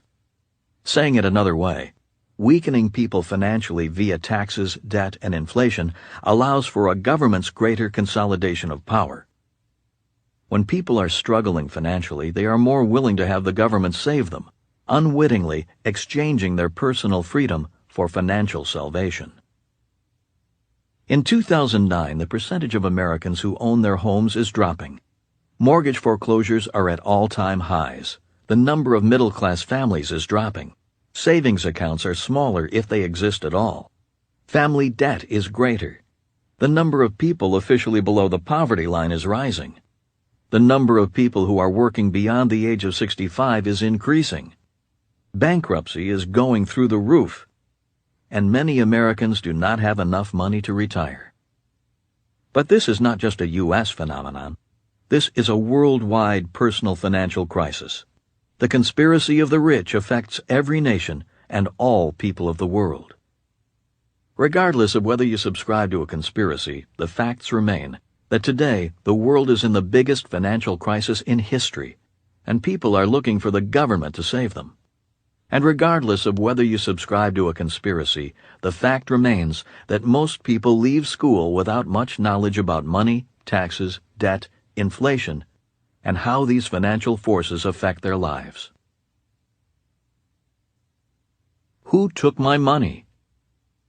Take a moment to consider the financial realities many of us live with. Realities. How they apply to rich and poor. School. Most people learn nothing about money at school. The rich learn about money at home. Job. Most people get a job working for the rich. Taxes. Taxes go to the companies that are owned by the rich and friends of political leaders in the form of bailouts. It is estimated that for every $1,000 in taxes you and I pay, less than $200 comes back as a benefit to us. The rich know how to play the system. They own the businesses, make more money, and pay a lower percentage in taxes than employees do. National debt. When the government talks about trillion-dollar bailouts, it means that for generations to come, our kids will be paying for these financial rescues of the rich. Our kids will pay for these bailouts and higher taxes and higher inflation. House. Mortgage payments go to the banks of the rich. If you take out a $100,000 mortgage at 5% for 30 years, you will pay $93,000 in interest alone. This does not include fees, commissions, and service charges. Retirement. Most people invest in stocks, bonds, and mutual funds for their retirement. Most of this money is invested in businesses of the rich. If the investment loses money, you lose money, and the financial planner, stockbroker, or real estate broker keeps the commission. Cost of living. Who gets the money we spend for insurance, gasoline, telephone service, electricity, and other necessities of life? The rich. Who benefits if these necessities go up in price? The rich. Reader comment. I have noticed a real difference in the medical treatment between the social classes. You either have to be rich, self-insured or insurance provided, or very poor, free government care, to get treatment. I would be curious as to how many small business owners and entrepreneurs are actually affording good insurance, not just some catastrophic plan. I believe the majority of people stay in a job they hate and never take the risks required to start their own business because of fear of losing health insurance for their family. Brian P. The biggest lies about money.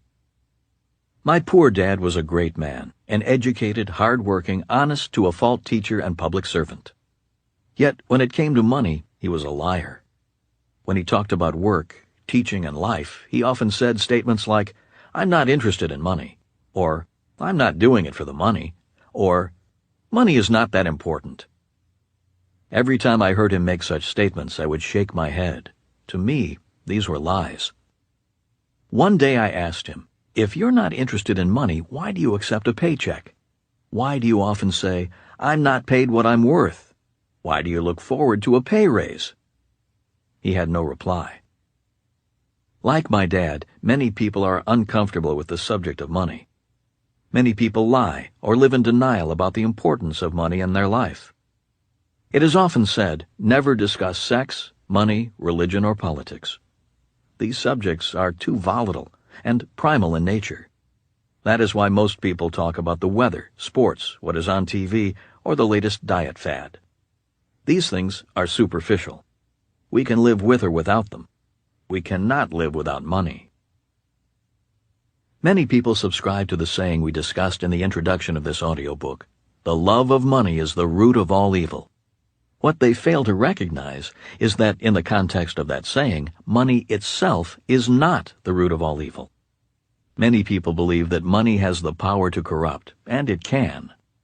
Many people believe that if kids knew how to make money, they might not want to get a good education, and that too is possible. Yet living life takes money, and earning money is one of the facts of life. Most people spend most of their waking hours, and hence their lives, working for money. Many divorces and family breakups are caused by arguments about money. Keeping people ignorant about money is evil because many people do evil things for money, such as work at a job they do not like, work for people they do not respect, marry people they do not love, take what is not theirs, and expect someone else, like their family or the government, to take care of them when they are capable of taking care of themselves. Obsolete ideas. The idea that money is not important is an obsolete idea. Reader comment. King Solomon, circa 850 to 900 BC, the wisest and wealthiest man of his age, wrote in Ecclesiastes, chapter 10, verse 19, "A feast is made for laughter. Wine will make you merry, but money answers all things." Dr. M.L. Nichols. In very simplistic terms, humans have evolved through 4 basic societal ages. They are: Number 1, the hunter-gatherer age. In prehistoric times, money was not important. As long as you had a spear, nuts, berries, a cave, and a fire, your needs were met. Land was not important because humans were nomads and followed the food. People lived in tribes with very little hierarchy. The chief did not live that much better than anyone else. During this age, there was only one class of people, and money was not important. Number 2, the agrarian age. Once humans learned how to grow crops and domesticate animals, land became important. Barter was the medium of exchange. Money was not important because even if you didn't have it, you could still survive. During this era, kings and queens ruled the land. The peasants who used the land paid taxes in the form of crops and animals to the family that controlled the land. The word real estate literally grew from the term royal estate. That is why we still use the word landlord in reference to the person to whom we pay our rent. During this age, there were 2 classes of people, the royals and the peasants. Number 3, the industrial age. I believe the industrial age began in the 1500s. Christopher Columbus, seeking an ocean passage to Asia, defied the idea that the world was flat. Columbus was not looking for the new world, as many schools teach. He was looking for trade routes for resources, like gold, copper, rubber, oil, lumber, furs, spices, industrial metals, and textiles, which were essential to the industrial age. People moved off the farms and moved into the cities, causing a whole new world of problems and opportunities. In the industrial age, rather than the peasants paying the king, the new capitalists paid the employee. Instead of land, the new capitalists owned corporations. Corporations were formed primarily to protect the rich, their investors, and their money. For example, before a ship sailed for the New World, the rich formed a corporation. If the ship was lost and sailors died, the rich were not responsible for the loss of life. All the rich lost was their money. Today, it is more of the same. If a CEO runs the company onto the rocks, loads the company with excessive debt, pays the executives millions in salaries and bonuses, or steals the employees' retirement funds, the employees lose everything, but the rich are often protected from the losses and liabilities, even the crimes. Even during the industrial age, money was not important. That's because the rule of thumb between employee and employer was a job and paycheck for life, job security and financial security. For people of my parents' generation, money was not important because they had company and government pensions, a house that was paid for, and savings in the bank. They did not need to invest their money. All that changed in 1974 when the U.S. Congress passed the Employee Retirement Income Security Act. This led to what we know as a 401k, IRA, KEO, and other retirement plans. In 1974, money became important, and people had to learn to manage their own money or die poor, living on Social Security, as my dad did after he lost his government job. Number 4, the information age. We live in the information age. In the information age, money is important. More specifically, knowledge about money is essential in the information age. The problem is, our educational system is still in the industrial age, and in the minds of most intellectuals and academics, money is not important. Most of these people are operating on old, outdated, and obsolete ideas of money. But money is important. Today, money is a key aspect of life. Today, financial security is more important than job security. Reader comment. Up until very recently, I have always equated job security with financial security. I never thought about it any other way than that. Now I know better. James BZC. Financial education. Today, it is essential to have 3 different types of education. They are: number 1, academic education. This includes the ability to read, write, and solve basic math problems. In the information age, one's ability to keep up with changing information is more important than what one learned yesterday. Number 2, professional education. This is knowledge of a trade in which to earn money. For example, one goes to medical school to become a doctor, or to a police academy to join the police force. Today, it takes much more professional education to be financially successful. In the information age, professional education is essential to job security. Number 3, financial education. Financial education is essential to financial intelligence. Financial intelligence is not so much about how much money you make, but how much money you keep, how hard your money works for you, and how many generations you pass your money on to. In the information age, financial education is essential to financial security. Most school systems do a pretty good job with academic and professional education. They fail when it comes to financial education. Why financial education is important in the information age. We also live in a world of information overload. Information is everywhere. On the internet, TV, radio, magazines, newsletters, computers, cell phones, schools, businesses, churches, billboards, and so on. Education is essential to processing all of this information. That is why financial education is important. Today, financial information is coming at us from all directions. Without financial education, a person is less able to process financial information into personal meaning.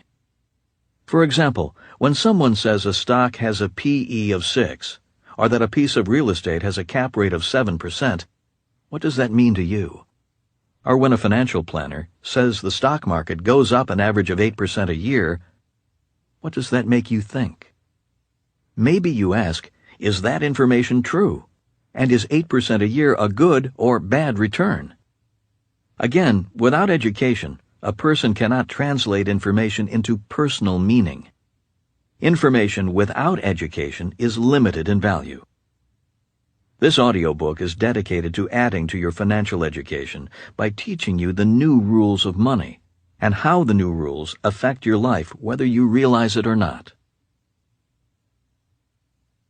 New rule number 1. Money is knowledge. The first new rule of money is knowledge. Today, you do not need money to make money. You simply need knowledge. For example, if a stock is priced at $100 on some stock exchanges, you can short that stock, which means sell shares that you do not own.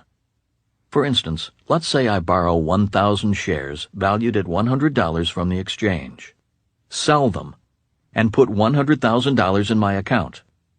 Then, the stock falls to $65 and I go back to the exchange, purchase 1,000 shares for $65,000, return for a full refund the 1,000 shares I borrowed at $100 a share, and keep the $35,000 difference, less fees, commissions, and transaction costs. That is, in essence, what it means to short a stock. To make this money, all I needed was knowledge. First, I needed to know that the concept of short selling existed, and second, I needed to know how to use the method. I can do similar transactions in business and in real estate. As this audiobook progresses, I will use similar examples of money being made out of nothing but knowledge. Many of these examples will be real-life transactions that I've personally completed. And on top of these transactions, creating money out of nothing but knowledge, my returns were also higher, gained with much less risk than investing in mutual funds, and resulted in little to nothing in taxes. Today, in the information age, fortunes are won and lost in the blink of an eye, as a result of good or bad information. As most of you know, many people recently lost trillions of dollars due to bad advice, bad information, and a lack of financial education. The frightening thing is that most of those people who dished out the bad financial advice are still handing out that same bad information. A famous biblical quote is, "My people perish for lack of knowledge." Today, many people are perishing financially because they follow the old rules, such as save money and get out of debt. Or they believe investing is risky when it is the lack of financial education, experience, and bad financial advisors that is much more risky. Today, you can make money without money. You can also lose your savings in a blink of an eye. That is what I mean when I say money is knowledge. Reader comments. I would say that this notion is correct, but I would also state emphatically that action on knowledge is actually more important. That one knows how to short a stock or build a website or whatever does not necessarily translate into that person taking the actions necessary to create wealth. Ramas Art. I would state the maxim in reverse, but the essence of this rule is that having the correct information is much better than simply having money. A rich man may need not fear being broke, for he knows the tactics that may be exercised in order to regain his wealth. Conversely, the man who holds a significant amount of money today may live in great uncertainty because he does not know how to increase his holdings through new skills, new information that he has been able to apply. D.L. Smith, 29.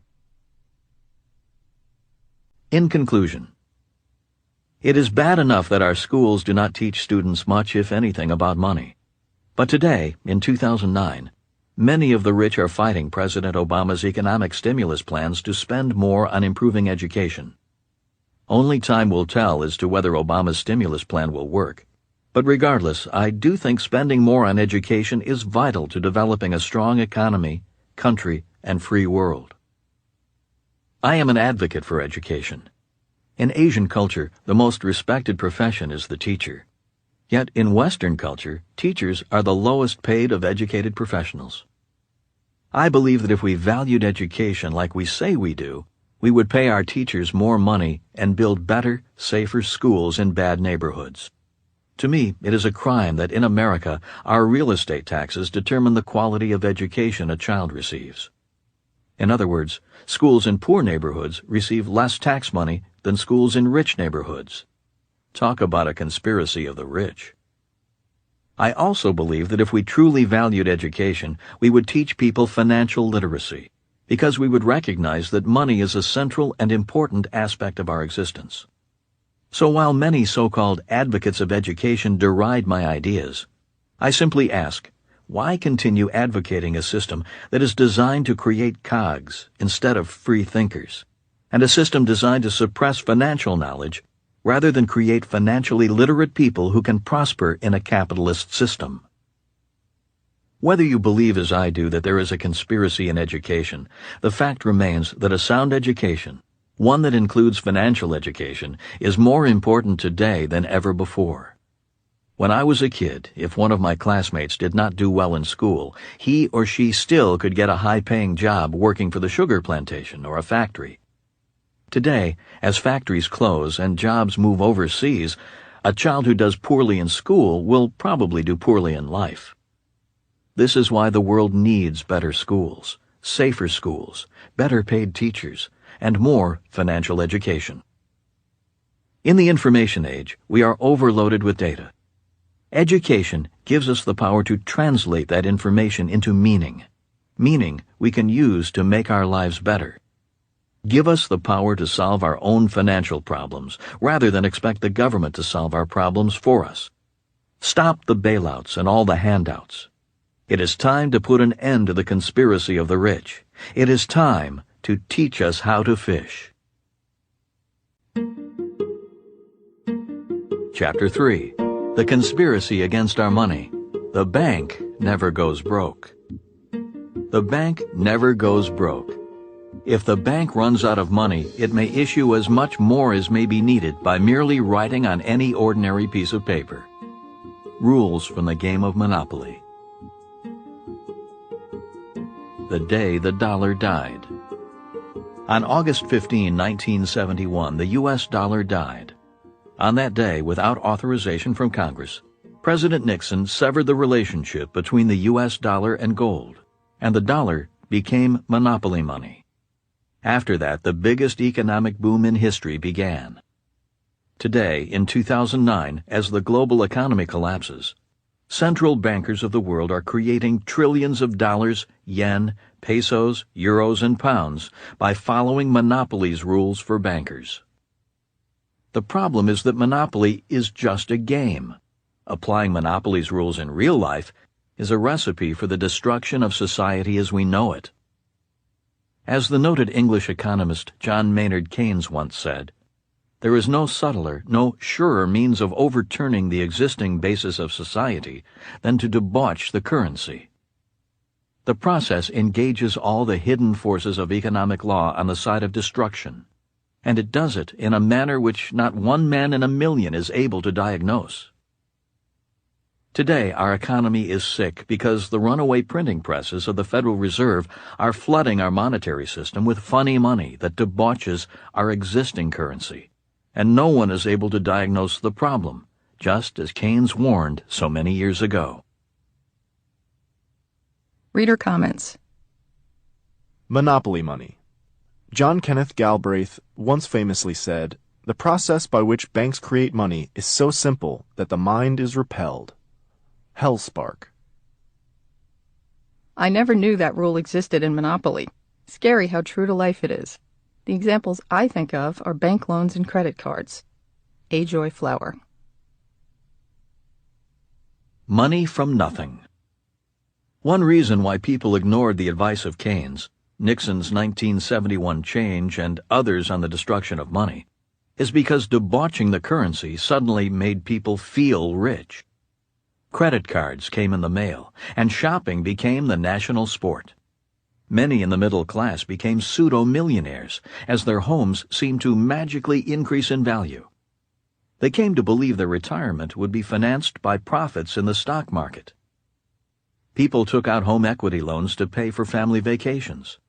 Rather than one car, families had a Mercedes, a minivan, and an SUV. Kids went to college and were strapped with student loans that take years to pay off. The middle class celebrated their newfound wealth by dining in fancy restaurants, dressing in designer clothes, driving Porsches, and living in McMansions, all financed by debt. We are now coming out of the biggest economic boom in history. The problem is that boom was caused by debt, not money, by inflation, not production, by borrowing, not working. In many ways, it was money for nothing, because money was nothing. As Keynes would say, our money was debauched. We looked rich, but society as we knew it was collapsing. After 1971, central bankers could create money by merely printing more paper. In today's digital age, bankers do not need paper to create money. As you listen to this, trillions of dollars, yen, euros, pesos, and pounds are being created electronically out of thin air. According to the rules of monopoly, you and I may go broke, but the banker never does. After all, the global game of monopoly must go on. Witnessing the change. In 1972, I was a Marine Corps pilot stationed on board an aircraft carrier off the coast of Vietnam. The war was not going well. We knew we were losing, but as Marines we could not dwell on that fact. As a Marine officer, my job was to keep my men positive and focused on living, and at the same time ready to give their lives for each other and our country. I could not let my men see my doubts and fears, and they did not let me see theirs. Keeping morale high was difficult, because we knew the tide of battle had turned against us. We also knew that we were losing the war at home. Every time we saw pictures of student protesters burning draft cards and the American flag, we began to question who was right and who was wrong. Some of the more popular rock songs of the era were songs against the war. The lyrics of one song went, "War, what is it good for? Absolutely nothing." Rather than let the song get us down, my crew and I would loudly shout that line as we flew into battle. For some strange reason, that song gave us the courage to do what we had to do, and to face the ultimate reality, death. The night before every mission, I would go up to the bow of the aircraft carrier, sit alone, and allow the wind to separate my thoughts from my fears. I did not pray to live. Instead, I asked that if the dawn was to bring my last day, I wanted to choose how I would face death. I did not want to die a coward. I did not want fear to dictate my life. That is why when I returned from the war, I did not seek job security. I did not let the fear of financial insecurity dictate my life. Instead, I became an entrepreneur. When I lost everything after my first business failed, I did not let fear, frustration, and doubt stop me from doing what I needed to do. I simply picked up the pieces and got back to work rebuilding my business. Learning from my business mistakes was the best business school I could have attended, and I am still in that school today. In recent years, while the stock and real estate markets were booming and fools were rushing in to invest, I did not let greed take over my logic. Today, during this economic crisis, I have the same fears as everyone else. However, I simply do not let fear stop me from doing what I must do. Rather than see only the crisis, I do my best to see the opportunities the crisis presents. That is a lesson I learned in the Vietnam War, and that, for me, was what war was good for. There was something else war was good for. The Vietnam War gave me a ringside seat to witness one of the biggest changes in world history, the change in the rules of money. A letter from home. In the war zone, mail call was the most important part of our day. Letters from home were treasured as a connection to the most important people in our lives. One day, I received a letter from my rich dad. I rarely heard from him because he was not my real dad. He was my best friend's father. Since the age of 9, my rich dad was like a second father to me, and he was my financial mentor. His note began in bold letters, "The rules of money have been changed." Further on in the letter, he advised me to read the Wall Street Journal and follow the price of gold. President Nixon took the United States off the gold standard in 1971, he explained, stating more than once that the price of gold was, at one time, fixed at $35 per ounce, but no longer. Once Nixon severed the link between the dollar and gold, gold's price started to rise.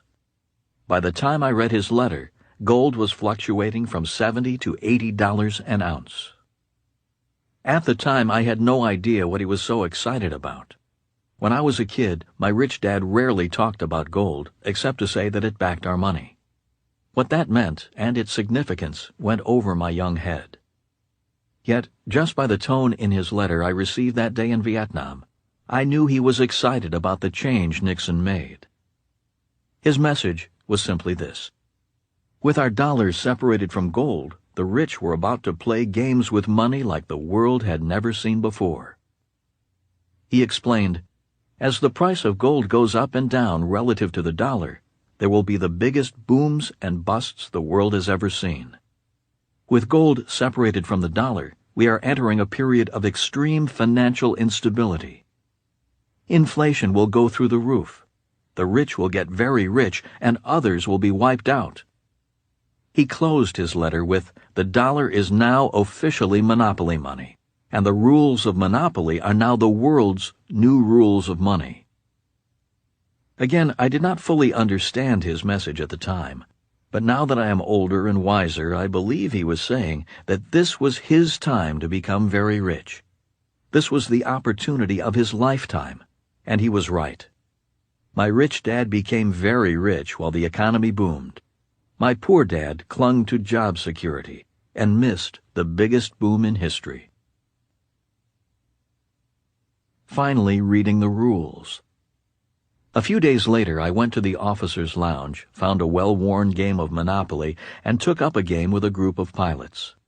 Since I had played the game countless times, I did not bother to reread the rules. But as the game went on, I recalled Rich Dad's words about the rules of Monopoly being the world's new rules of money. Thumbing through the rules book, I came across the rule Rich Dad referred to. It stated, the bank never goes broke. If the bank runs out of money, it may issue as much more as may be needed by merely writing on any ordinary piece of paper. Today, thanks in part to my Rich Dad's simple warning, I know why we have a massive global financial crisis on our hands. For the rich and powerful, the rule change meant they could print money on any ordinary piece of paper. Our money had been debauched. Prior to 1971, our money was golden because it was backed by gold. Today, our money is toxic, making the people and businesses of the world very sick. It is like drinking polluted water and wondering why you feel ill. By changing the rules of money, the rich could legally steal our wealth via the money system itself.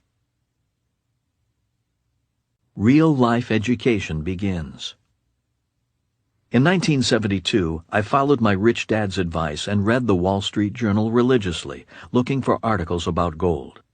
Thus began my education on gold and its relationship to money. I read every article I could find on the subject. But I didn't have to just read to learn these important lessons. Practical examples were on display all around me. One day I flew from my aircraft carrier to a small village outside of Da Nang, a major city in South Vietnam. Having a few hours to spend before we were scheduled to return to the ship, my crew chief and I walked into the village. He wanted to buy mangoes and papayas, exotic fruits we did not get back on the ship. After selecting an assortment of fruits, he reached into his flight suit pocket and pulled out a wad of piastre, the paper money of South Vietnam. "No, no, no," said the fruit vendor, waving her hand. She was letting us know she would not accept P, as the money was often called. My crew chief then pulled out a $50 bill and handed it to her. She reluctantly took the bill, scowling as she inspected the greenback suspiciously. Finally, she said, "Okay, you wait," and ran to another stall, transacted something, ran back, and handed my crew chief the bag of fruit. "What was that all about?" I asked my crew chief. "She's getting ready to run," he replied. "She's planning to leave the country." "How do you know?" I asked. "She is choosy about her money," he replied. "She knows her country's money, the piastre, is worthless. Nobody outside of South Vietnam will accept it. Why would anyone accept the money of a country that will soon no longer exist? She also knows the U.S. dollar is dropping in value as the price of gold rises. That's why she ran to the other stall to change my money for gold." Walking back to the helicopter, I said, "I noticed she gave you change in piastre." "I noticed that too," my crew chief said, smiling. "I have a bag of fruit and a pocket full of peas, and she has gold. She may be just a fruit vendor, but when it comes to money, she's no fool." 3 weeks later, my crew chief and I were flying north in search of an ancient gold mine, hoping to buy some gold. I thought that I could buy gold for a better price behind enemy lines. Risking my life and the lives of my crew, I found out that regardless of where I am in the world, the price of gold is the same. My real-world education in the new rules of money and the relationship between monopoly money and gold was underway. Public concern. In 2009, as the economy worsens, there will be growing unrest. Even now, people know something is wrong. The problem is that they don't know what is wrong exactly. Again, as John Maynard Keynes said, the process of debauching currency engages all the hidden forces of economic law on the side of destruction, and it does it in a manner which not one man in a million is able to diagnose. Today, people do what they have been taught to do. They go to school, work hard, pay their bills, save, invest their money in mutual funds, and hope that things will return to normal. That is why everyone is clamoring for his or her share of the bailout. Few people realize that the root of our problem is our money, the very thing they work for and hang on to. Few people realize that those who control the money supply want us to need more and more of their toxic money. The more we need money, the more money they can print. The more we need money, the weaker we become. The more we need money, the more we're headed towards socialism. Rather than teaching people to fish, the government gives people fish, and people become dependent upon government to solve their money problems. Don't bank on it. Ironically, the world is looking to the Federal Reserve and the U.S. Treasury to solve our money problem, even though those institutions are causing the problem. As we've discussed in this audiobook, the Federal Reserve is not federal, and it is not American. The Fed is owned by some of the richest families in the world. The Federal Reserve is a banking cartel, just as OPEC is an oil cartel. Few people realize it has no reserves because it has no money. It does not need a big vault to hold money. Why do you need to store money when monopolies' rules for bankers apply? The Federal Reserve Bank is not a bank. That idea is as illusionary as our money. Some people say the creation of the Federal Reserve was unconstitutional. They think the Fed's creation has harmed the world economy, and it has. There are others who say that the Federal Reserve System is the best thing that has ever happened to the world. They say that it has helped bring wealth to the world like never before. And it has. It does little good to question the motives of the Federal Reserve's founders. The reality is that today the Fed runs the game.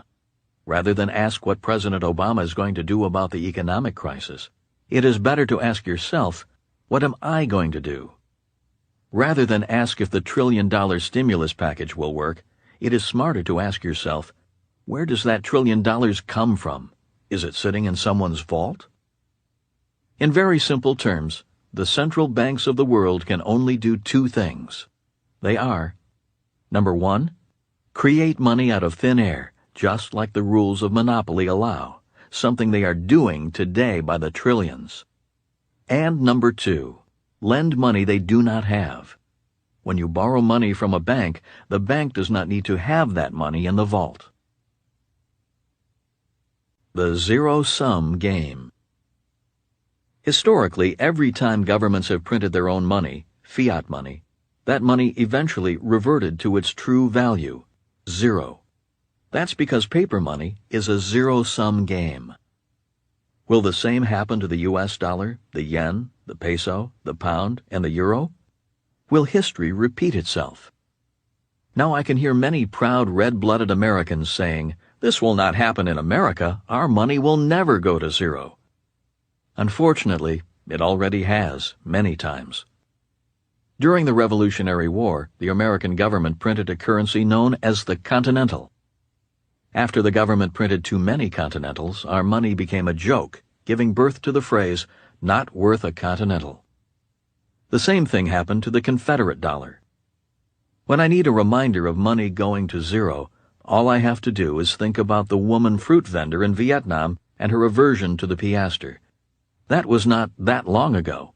It's not ancient history. Today, the entire world is running on monopoly money. But what if the party is over? Will bailouts save us? Ironically, every time there is a bailout, our national debt grows bigger, we pay more in taxes, the rich get richer, and our money's value edges closer to zero. Every time our governments print more money, our money becomes less valuable. We work harder for less and less, and our savings are worth less and less. I'm not saying that today's monopoly money will go to zero. I'm not saying it won't either.